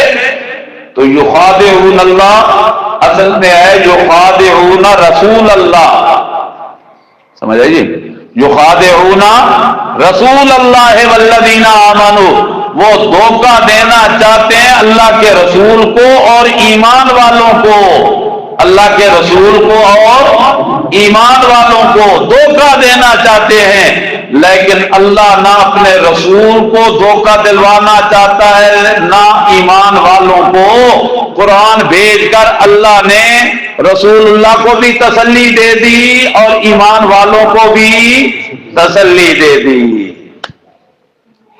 ہمیں تسلی ہے کہ نہیں منافق جھوٹے ہے نا؟ تسلی ہو گئی، تسلی۔ فرمایا یخادعون اللہ والذین آمنوا، وہ دھوکہ دینا چاہتے ہیں۔ تفسیر مدارک، تفسیر خازن، مدارک والا کہتا ہے یخادعون رسول اللہ، یہی جملہ خازن والا بھی کہتا ہے وما یخدعون الا انفسہم، اللہ فرماتے ہیں نہ رسول اللہ کو دھوکہ نہ ایمان والوں کو دھوکہ، اصل میں وہ دھوکہ دے رہے ہیں اپنے آپ کو، دھوکہ دے رہے ہیں اپنے آپ کو۔ وہ کہتے ہیں نا اپنے منہ میاں مٹھو بننا، اپنے منہ میاں مٹھو بننا، جو اپنی تعریفیں خود کر کر کے اونچا ہونے کی کوشش کرے وہ کس کو دھوکہ دے رہا ہے؟ اپنے آپ کو۔ جی وما یخدعون الا انفسہم، اور نہیں وہ دھوکہ دیتے مگر اپنے آپ کو، وما یشعرون، کوئی بھلا اپنے آپ کو بھی دھوکہ دے سکتا ہے؟ کوئی دیتا ہے؟ نہیں جی، کوئی بھی نہیں دیتا۔ پھر یہ کیوں دیتے ہیں؟ اللہ فرماتے ہیں ما یشعرون، ان کو شعور ہی نہیں، ان کو بولو بولو، ان کو شعور ہی نہیں۔ اللہ نے جتنی بھی مخلوقیں پیدا کی ہے نا، جانور بھی، چرند پرند، حتیٰ کہ کیڑیوں تک، ہر مخلوق میں کچھ نہ کچھ اللہ نے شعور رکھا ہوا ہے۔ البتہ جانوروں میں ایک جانور ایسا ہے کہ جس کے متعلق علم الحیوان والے کہتے ہیں کہ اس نو بڑا کم شعور ہے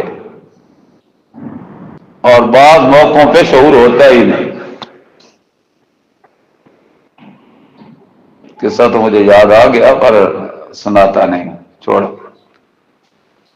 سبق کے مندرجات کے مطابق نہیں ہے۔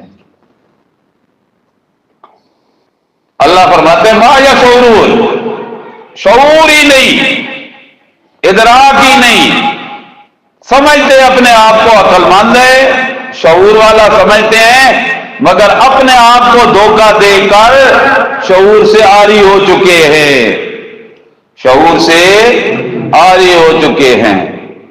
قرآن کریم میں ایک اور مقام پہ بھی آتا ہے لیکن لا تشعرون، لیکن لا تشعرون، تم اس کا شعور نہیں رکھتے۔ آئے گی جب وہ آئے تو انشاءاللہ۔ جی، فی قلوبہم مرض، ان کے دلوں میں بیماری ہے، فزادہم اللہ مرضا، اللہ نے ان کی بیماری کو بڑھا دیا۔ بیماری ہے ان کے دل میں، کون سی بیماری؟ جس کا علاج ہولی فیملی کمپلیکس اسپتال نہ، یہ وہ بیماری ہے جس بیماری کا علاج قرآن کے ذریعے ہوتا ہے، جس بیماری کا علاج اللہ کے نبی صلی اللہ علیہ وسلم کی سنت کے ذریعے ہوتا ہے، نبی کے فرمان کے ذریعے ہوتا ہے۔ اور قرآن سے جب ہوں گے دور، نبی کے فرمان سے ہوں گے دور، تو پھر بیماری کا علاج کیسے ہوگا؟ وہ کیسی بیماری ہے جس بیماری کا علاج کسی اور ہسپتال میں نہیں، قرآن اور حدیث کی طرف آنا پڑے گا؟ وہ بیماری ہے عقیدے میں شک، عقیدے میں شک پڑ جائے، نفاق آ جائے، دل میں حسد پیدا ہو جائے، یہ بیماریاں ہیں۔ اور ان بیماریوں کا علاج اس مستشفیٰ کے سوا کہیں نہیں ملتا، قرآن کے سوا کہیں نہیں ملتا۔ یہودیوں کے دلوں میں بھی تو یہی بیماری آئی تھی نا، جو رسول اللہ صلی اللہ علیہ وسلم کو پہچانتے تھے ایسے کہ جیسے اپنے بیٹوں کو پہچانتے، نہیں بلکہ اللہ کہتے اس سے بھی زیادہ پہچانتے ہیں میرے پیغمبر آپ کو، کہ آپ حق ہیں، اللہ کے نبی ہیں، لیکن مانتے نہیں۔ کیوں نہیں مانتے؟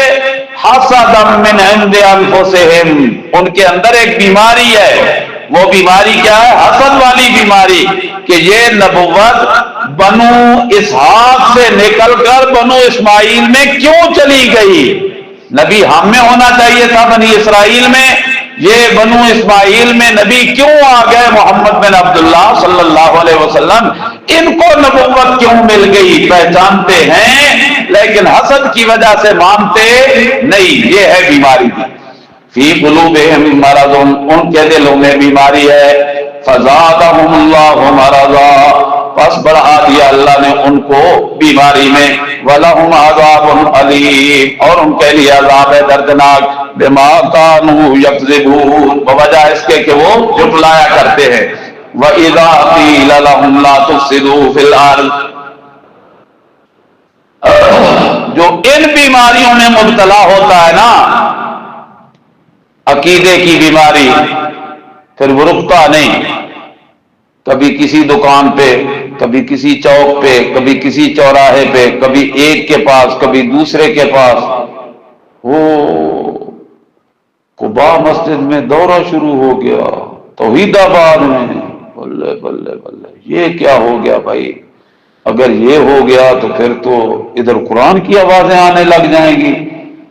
ان کے قریب نہ جاؤ، ان کی بات نہ سنو، ہم تو پہلے ہی کہتے تھے اے نہیں، انہاں دی گل نہ منو، ان کے قریب نہ جاؤ۔ بادشاہ پہلے کبھی کبھی درس، اب خیر سے روزانہ، اور پھر 2-2 ڈھائی گھنٹے۔ اب یہ جو ان کی کاوش ہے، یہ لوگوں کی اصلاح والی کاوش ہے یا فساد والی؟ فساد والی کاوش ہے۔ اور یہی کچھ کیا کرتے تھے یہود مدینہ، یہی کچھ کیا کرتے تھے منافقین مدینہ۔ فرمایا وَإِذَا قِيلَ لَهُمْ لَا تُفْسِدُوا فِي الْأَرْضِ، جب انہیں کہا جاتا نہ فساد پھیلاؤ زمین میں، ایسی باتیں کر کر کے لوگوں کو قرآن سے دور کرنا، یہ زمین میں فساد پھیلانا ہے، حق سے لوگوں کو ہٹانا زمین میں فساد پھیلانا ہے۔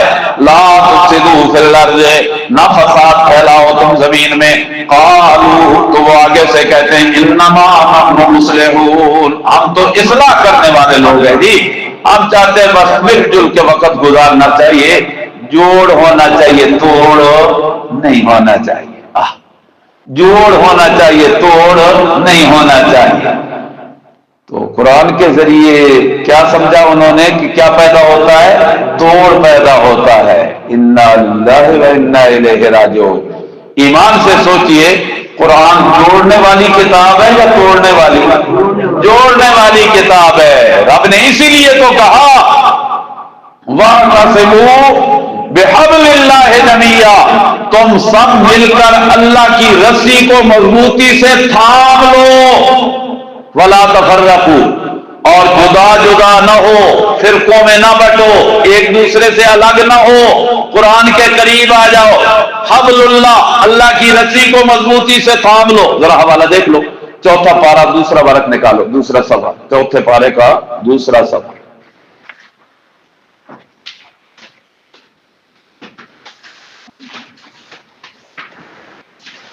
صفحہ 58، 5-8، اوپر سے چوتھی سطر پہ ذرا غور کرو۔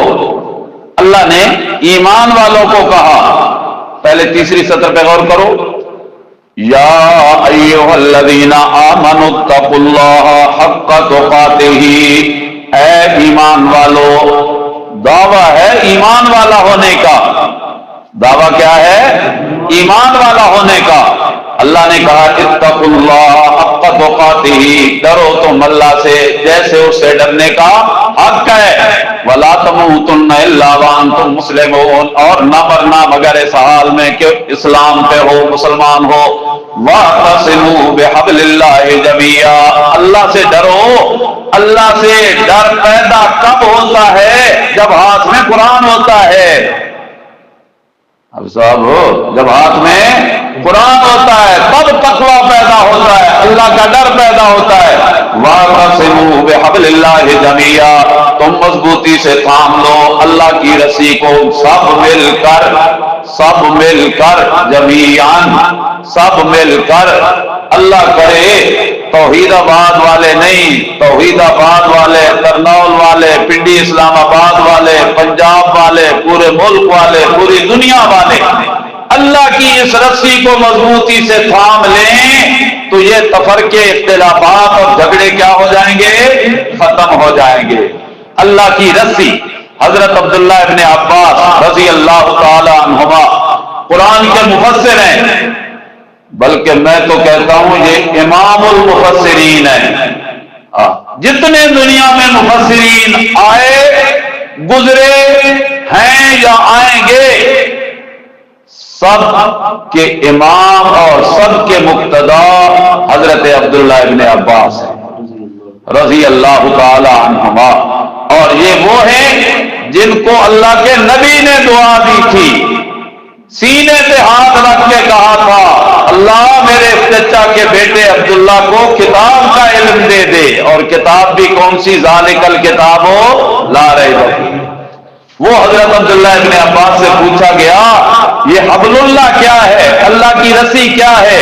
تو حضرت عبداللہ ابن عباس نے کہا المراد منہ القرآن، المراد منہ القرآن، حبل اللہ سے مراد اللہ کا قرآن ہے، اللہ کی رسی سے مراد اللہ کا قرآن ہے۔ تو رب کہتے ہیں ایمان والو اللہ کے قرآن کو مضبوطی سے تھام لو، ولا تفرقوا، اور تفرقوں میں مت پڑو۔ پھر آگے کا وَاذْكُرُوا نِعْمَتَ اللَّهِ عَلَيْكُمْ، اللہ کی نعمتوں کو یاد کرو۔ کون سی نعمتیں؟ آنکھ، ناک، دل، دماغ، کوئی شک نہیں یہ بھی اللہ کی نعمتیں ہیں، لیکن یہ نعمتیں تو سب کو ملی ہوئی ہیں، کیا اپنے کیا بیگانے، کیا ماننے والے کیا انکار کرنے والے۔ ایک نعمت ایمان والوں تمہیں ملی ہے جو ان کو نہیں ملی، وہ نعمت ہے توحید والی، وہ نعمت ہے عقیدے والی، وہ نعمت ہے قرآن والی۔ وَاذْكُرُوا نِعْمَتَ اللَّهِ عَلَيْكُمْ، اللہ کی اس نعمت توحید کو، اس نعمت ایمان کو، اس نعمت قرآن کو یاد کرو۔ تم تو آپس میں ایک دوسرے کے خون کے پیاسے تھے، الف بین قلوبکم، اللہ نے تمہارے دلوں میں الفت ڈال دی۔ چلو جی، جب انہیں کہا جاتا نا کہ لا تفسدوا فی الارض، زمین میں فساد نہ پھیلاؤ، تو وہ آگے سے کیا کہتے ہیں؟ انما نحن مصلحون، ہم اصلاح کرنے والے ہیں۔ اور ذرا سوچئے گا، غور کیجئے گا، یہ جو قرآن سے لوگوں کو بھگانا، ہٹانا، دور کرنا قرآن سے، یہ فساد ہے یا اصلاح ہے؟ فساد ہے۔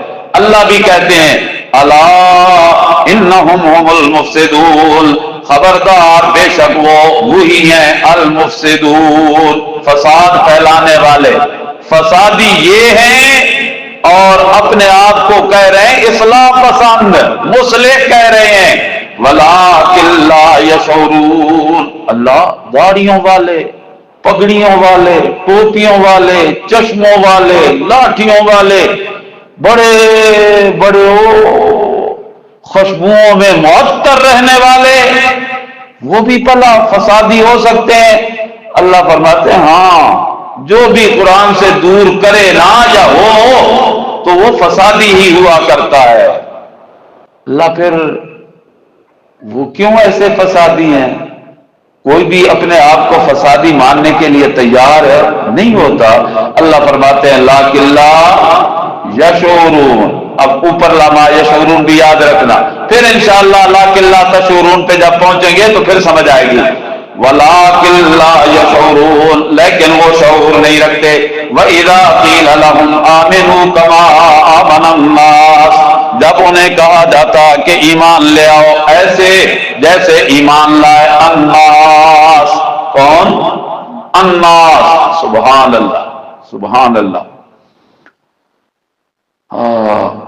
وہی حضرت عبداللہ ابن عباس کہتے ہیں، جن کا میں نے ابھی حوالہ دیا ہے، وہ حضرت عبداللہ ابن عباس کہتے ہیں رضی اللہ تعالی عنہ، المراد فی ھذا المقام من الناس ابو بکر و عمر و عثمان و طلحہ و زبیر۔ حضرت عبداللہ ابن عباس کہتے ہیں یہاں اس مقام پہ الناس سے مراد ابو بکر و عمر عثمان و علی طلحہ و زبیر مراد ہے رضی اللہ تعالی، یعنی نبی کے صحابہ، نبی کے صحابہ۔ آمنو کما آمن الناس، تم ایمان لے آؤ جیسے ایمان لے آئے میرے نبی کے صحابہ، مہاجرین و انصار، یا اہل کتاب میں سے عبداللہ ابن سلام، ابی ابن کعب رضی اللہ تعالی عنہم اجمعین، ان کا ایمان کیسا تھا؟ جو اللہ کہتے ہیں آمنو، تم ایمان لے آؤ، کیا مطلب؟ آمنو بے حقیقت الایمان حقا، تم ایمان کی حقیقت کو مان لو، سچ مان لو، اور ایسے مانو جیسے ایمان کی حقیقت کو انہوں نے مانا تھا، یعنی صحابہ کرام رضوان اللہ علیہم اجمعین۔ دوسرا معنی آمنو بالاخلاص، آمنو بالاخلاص، خالص ایمان لے آؤ، خالص مان لو جیسے میرے نبی کے صحابہ نے خالص مانا تھا، انہوں نے اپنے ماننے میں کوئی کمی نہیں آنے دی۔ تم بھی ایمان والو ایسے ایمان لے آؤ، ایسے مان لو۔ آمنو کما آمن الناس، ایسے ایمان لے آؤ جیسے ایمان لائے وہ لوگ جو نبی کے صحابہ بنے رضی اللہ تعالیٰ عنہم اجمعین۔ قالوا، تو آگے سے وہ کہتے ہیں انؤمن کما آمن الصبح، کیا ہم ایسے ایمان لے آئے جیسے ایمان لائے بے وقوف؟ صحابہ کو کیا کہا؟ انا للہ و انا الیہ راجعون۔ صحابہ سے زیادہ تو عقل مند اس امت میں تھا ہی کوئی نہیں، ہے بھی کوئی نہیں، ہوگا بھی کوئی نہیں۔ وہ تو بڑے دانا تھے، بڑے ذہین و فطین تھے، بڑے عقل مند تھے، اور اللہ بھی عقل مندوں کی نشانیاں یہی بتلاتا ہے کہ عقل مند وہ ہوتا ہے جو اللہ کو مان کے چلتا ہے، اللہ کی مان کے چلتا ہے۔ جی، انہوں نے کیا کہا؟ منافقین نے صحابہ کرام کو سفہاء کہا، سفہاء سفیہ ان کی جمع ہے، بے وقوف۔ اللہ ان کا یہ جملہ سن کے چپ نہ رہا، برداشت نہ ہوا، اللہ نے جواب ان کے منہ پہ دے مارا کہ جو میرے صحابہ کو غلط کہتا ہے وہ خود غلط ہے، جو بے وقوف کہتا ہے وہ خود بے وقوف ہے، جو ان کے ایمان میں شک کرتا ہے اس کا اپنا ایمان مشکوک ہے، اور جو ان کا ایمان مانتا ہی نہیں یہ خود بے ایمان ہے۔ جو ان کو مسلمان نہ سمجھے یہ کیسے مسلمان ہو سکتا ہے؟ اللہ نے منہ پہ مارا ان کا بول۔ معلوم کیا ہوا کہ جو صحابہ کرام کے متعلق کسی صحابی پہ الصحابہ تو کلہم عدول، صحابہ سارے کے سارے عادل، الصحابہ تو کلہم حق، صحابہ سارے چاند نہیں سب صحابہ حق، معیار حق سب صحابہ ہیں برحق، معیار حق سب صحابہ ہیں برحق۔ اللہ اللہ اللہ اللہ صحابہ کی سچی اتباع اور سچی محبت نصیب فرما دے۔ صرف نام سے نہیں، صحابہ کے کام سے بھی پیار، صحابہ کے پیغام سے بھی پیار، صحابہ کے عقیدے سے بھی پیار، صحابہ کے عمل سے بھی پیار۔ نام لینا آسان ہے، صحابہ والا عقیدہ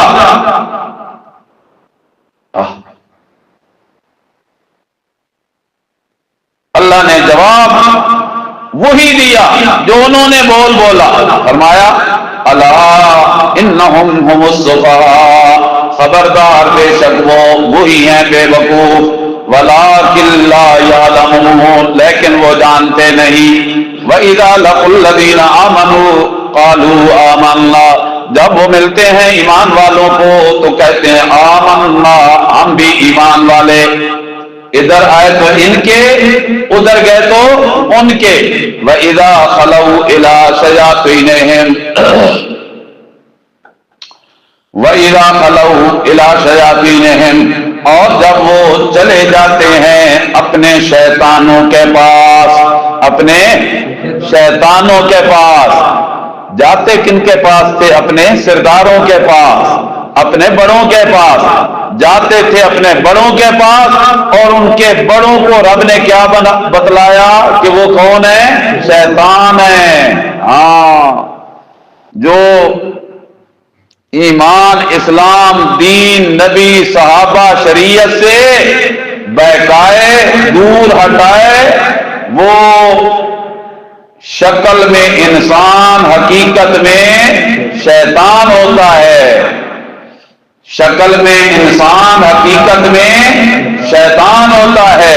وَإِذَا خَلَوْا إِلَىٰ شَيَاطِينِهِمْ، امام ابن کثیر، سرداران یہود، مشرکین یہود، مشرکین مکہ کے سردار، وَإِذَا خَلَوْا إِلَىٰ شَيَاطِينِهِمْ، جب وہ چلے جاتے اپنے شیطانوں کے پاس، اپنے سرداروں کے پاس، خلا یخلو، تنہا ہونا۔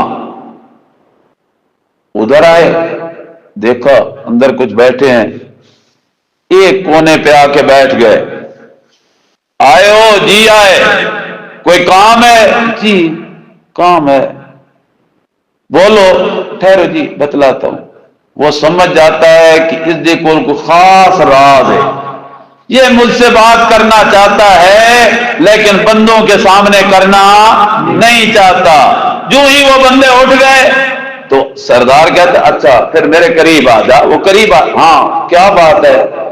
وہ ان کو بتلاتا، میں گیا تھا آگے ان کے نبی کے پاس، ان کے ساتھیوں کے ساتھ، ایسی بات۔ اچھا ادھر گیا تھا تو پھر میرے پاس کیا لینے آیا؟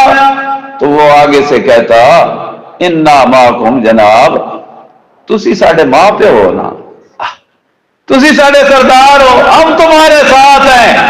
انا معکم، ہم تو ہیں ہی تمہارے ساتھ۔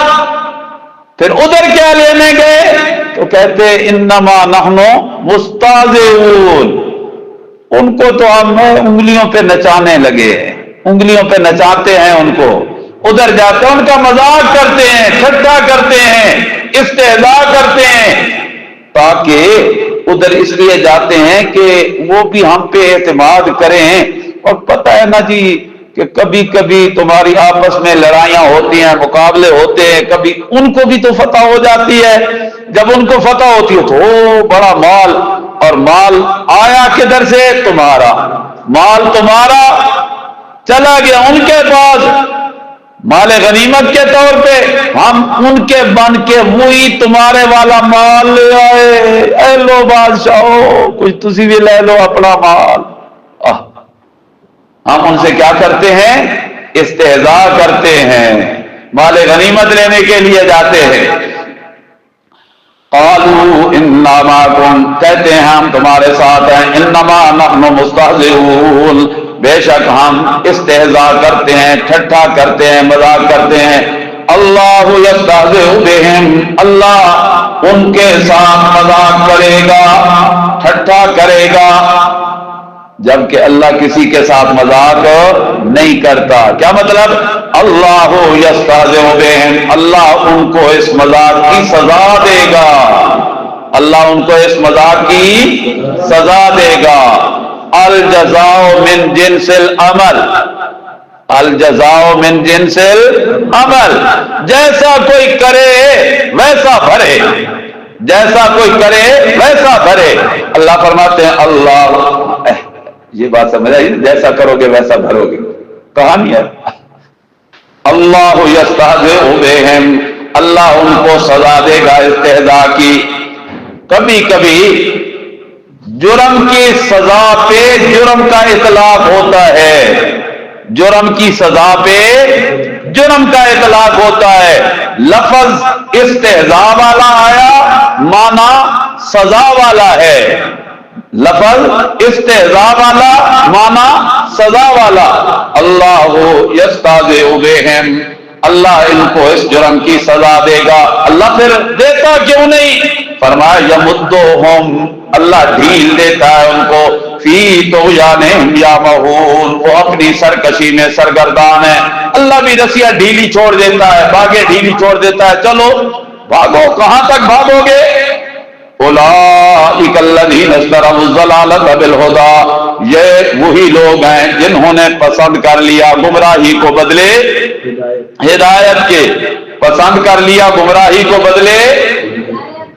ذرا غور کرو بیٹیوں، اشترا کا لفظ آیا ہے، اشترا کا معنی ہوتا ہے خریدنا، خریداری کرنا، بیع و شراء، بیچنا خریدنا۔ اشتروا الضلالۃ، انہوں نے گمراہی خرید لی، بالہدی، بدلے ہدایت کے۔ مبیع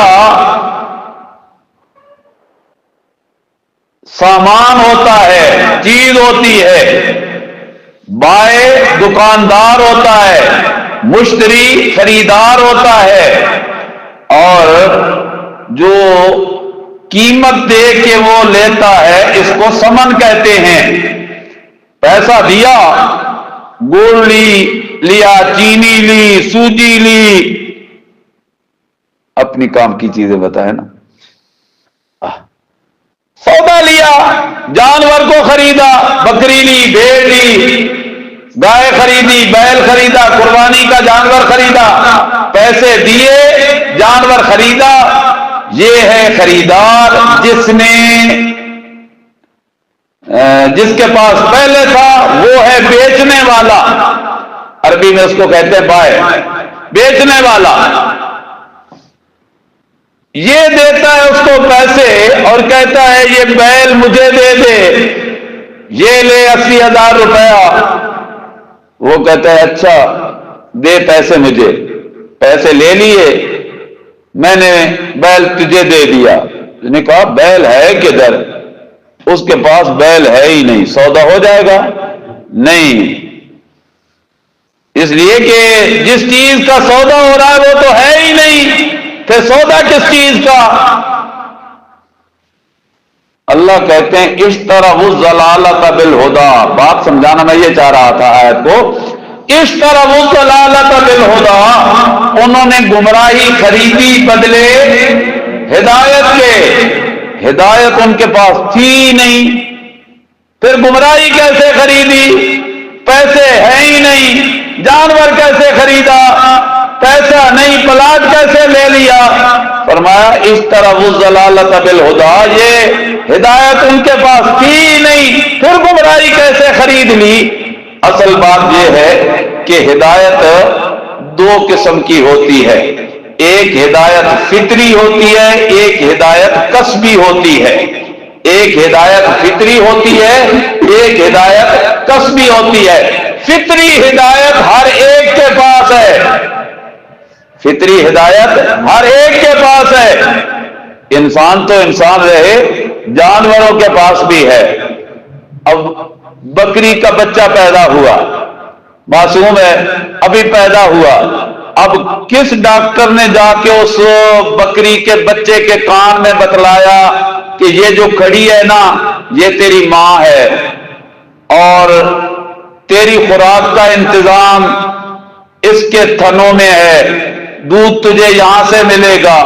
ہے کوئی بتانے والا؟ نہیں۔ اب وہ قدموں پہ اٹھنے کی کوشش کرتا ہے، قدموں پہ اٹھا اور بھاگ کے اپنی ماں کی اگلی ٹانگوں کے اندر منہ مارا اس نے، یہ فطرت ہے۔ ادھر کچھ نہیں ملا، پھر ادھر سے ہو کے سیدھا پیچھے آیا تو اپنی خوراک والی جگہ پہ پہنچ گیا۔ یہ فطری چیز ہے۔ اللہ بھی فرماتے ہیں اللہ وہ ذات ہے جس نے ہر چیز کو پیدا کیا ثم ہدی، پھر اس کی رہنمائی کی فطری طور پہ۔ یہ تو جانوروں میں بھی، اور انسانوں کا معاملہ رسول اللہ صلی اللہ علیہ وسلم نے فرمایا کل مولود یولد علی الفطرۃ، ہر پیدا ہونے والا بچہ بچی فطرت پہ پیدا ہوتے ہیں، اور وہ فطرت سلیمہ ہوتی ہے، اسی فطرت سلیمہ کا نام ہدایت ہے، اور یہ ہدایت فطری ہدایت کہلاتی ہے۔ پھر کیا ہوتا ہے؟ پھر کافر کیوں بنا، یہودی کیوں بنا، عیسائی کیوں بنا؟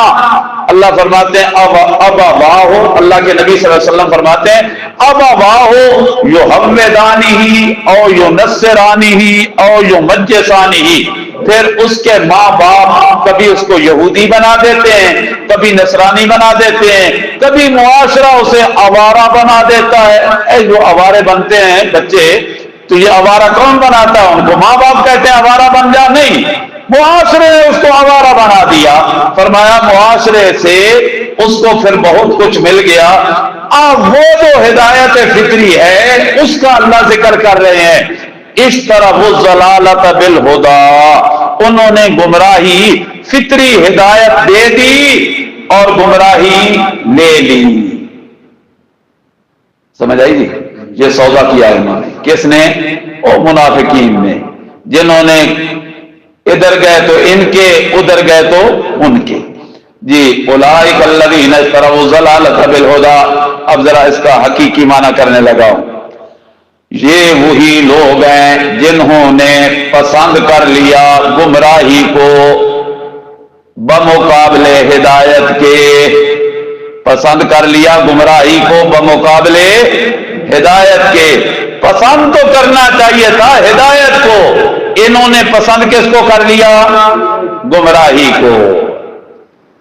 اب تیسرا معنی کرنے لگا ہوں اولئک الذین اشتروا الضلالۃ بالہدی، یہ وہی لوگ ہیں جنہوں نے گمراہی کو ترجیح دے دی ہدایت پر، گمراہی کو ترجیح دے دی ہدایت پر، حالانکہ حق یہ تھا کہ ہدایت کو ترجیح دیتے، گمراہی کو پیچھے چھوڑ دیتے، گمراہی کو ترجیح دی، ہدایت کو پیچھے چھوڑ دیا۔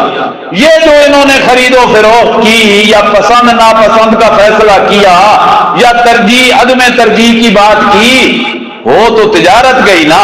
اللہ فرماتے ہیں فما ربحت تجارتہم، پس نہ نفع دیا ان کی تجارت نے ان کو، فما ربحت تجارتہم، پس نہ نفع دیا ان کی تجارت نے ان کو، یہ تجارت سود مند نہ ہوئی، نفع مند نہ ہوئی، وما کانوا مہتدین، اور نہ وہ ہدایت یافتہ ہوئی ہے، نہ ہدایت ملی،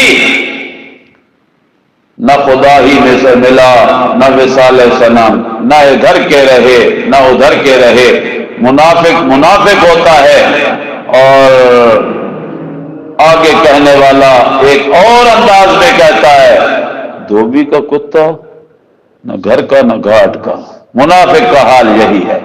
اللہ محفوظ فرمائے، دوسرے اور تیسرے گروہ کے کردار سے اللہ ہم سب کی حفاظت فرمائے، اور یہ جو ہمارا سلسلہ ہے اللہ اس کو اپنی رحمتوں سے قبول فرمائے، اور جتنا بھی ہم کر سکیں اللہ ہمیں سمجھ کر اس پہ عمل کرنے کی توفیق عطا فرمائے۔ جزاکم اللہ خیرا، احسن الجزا۔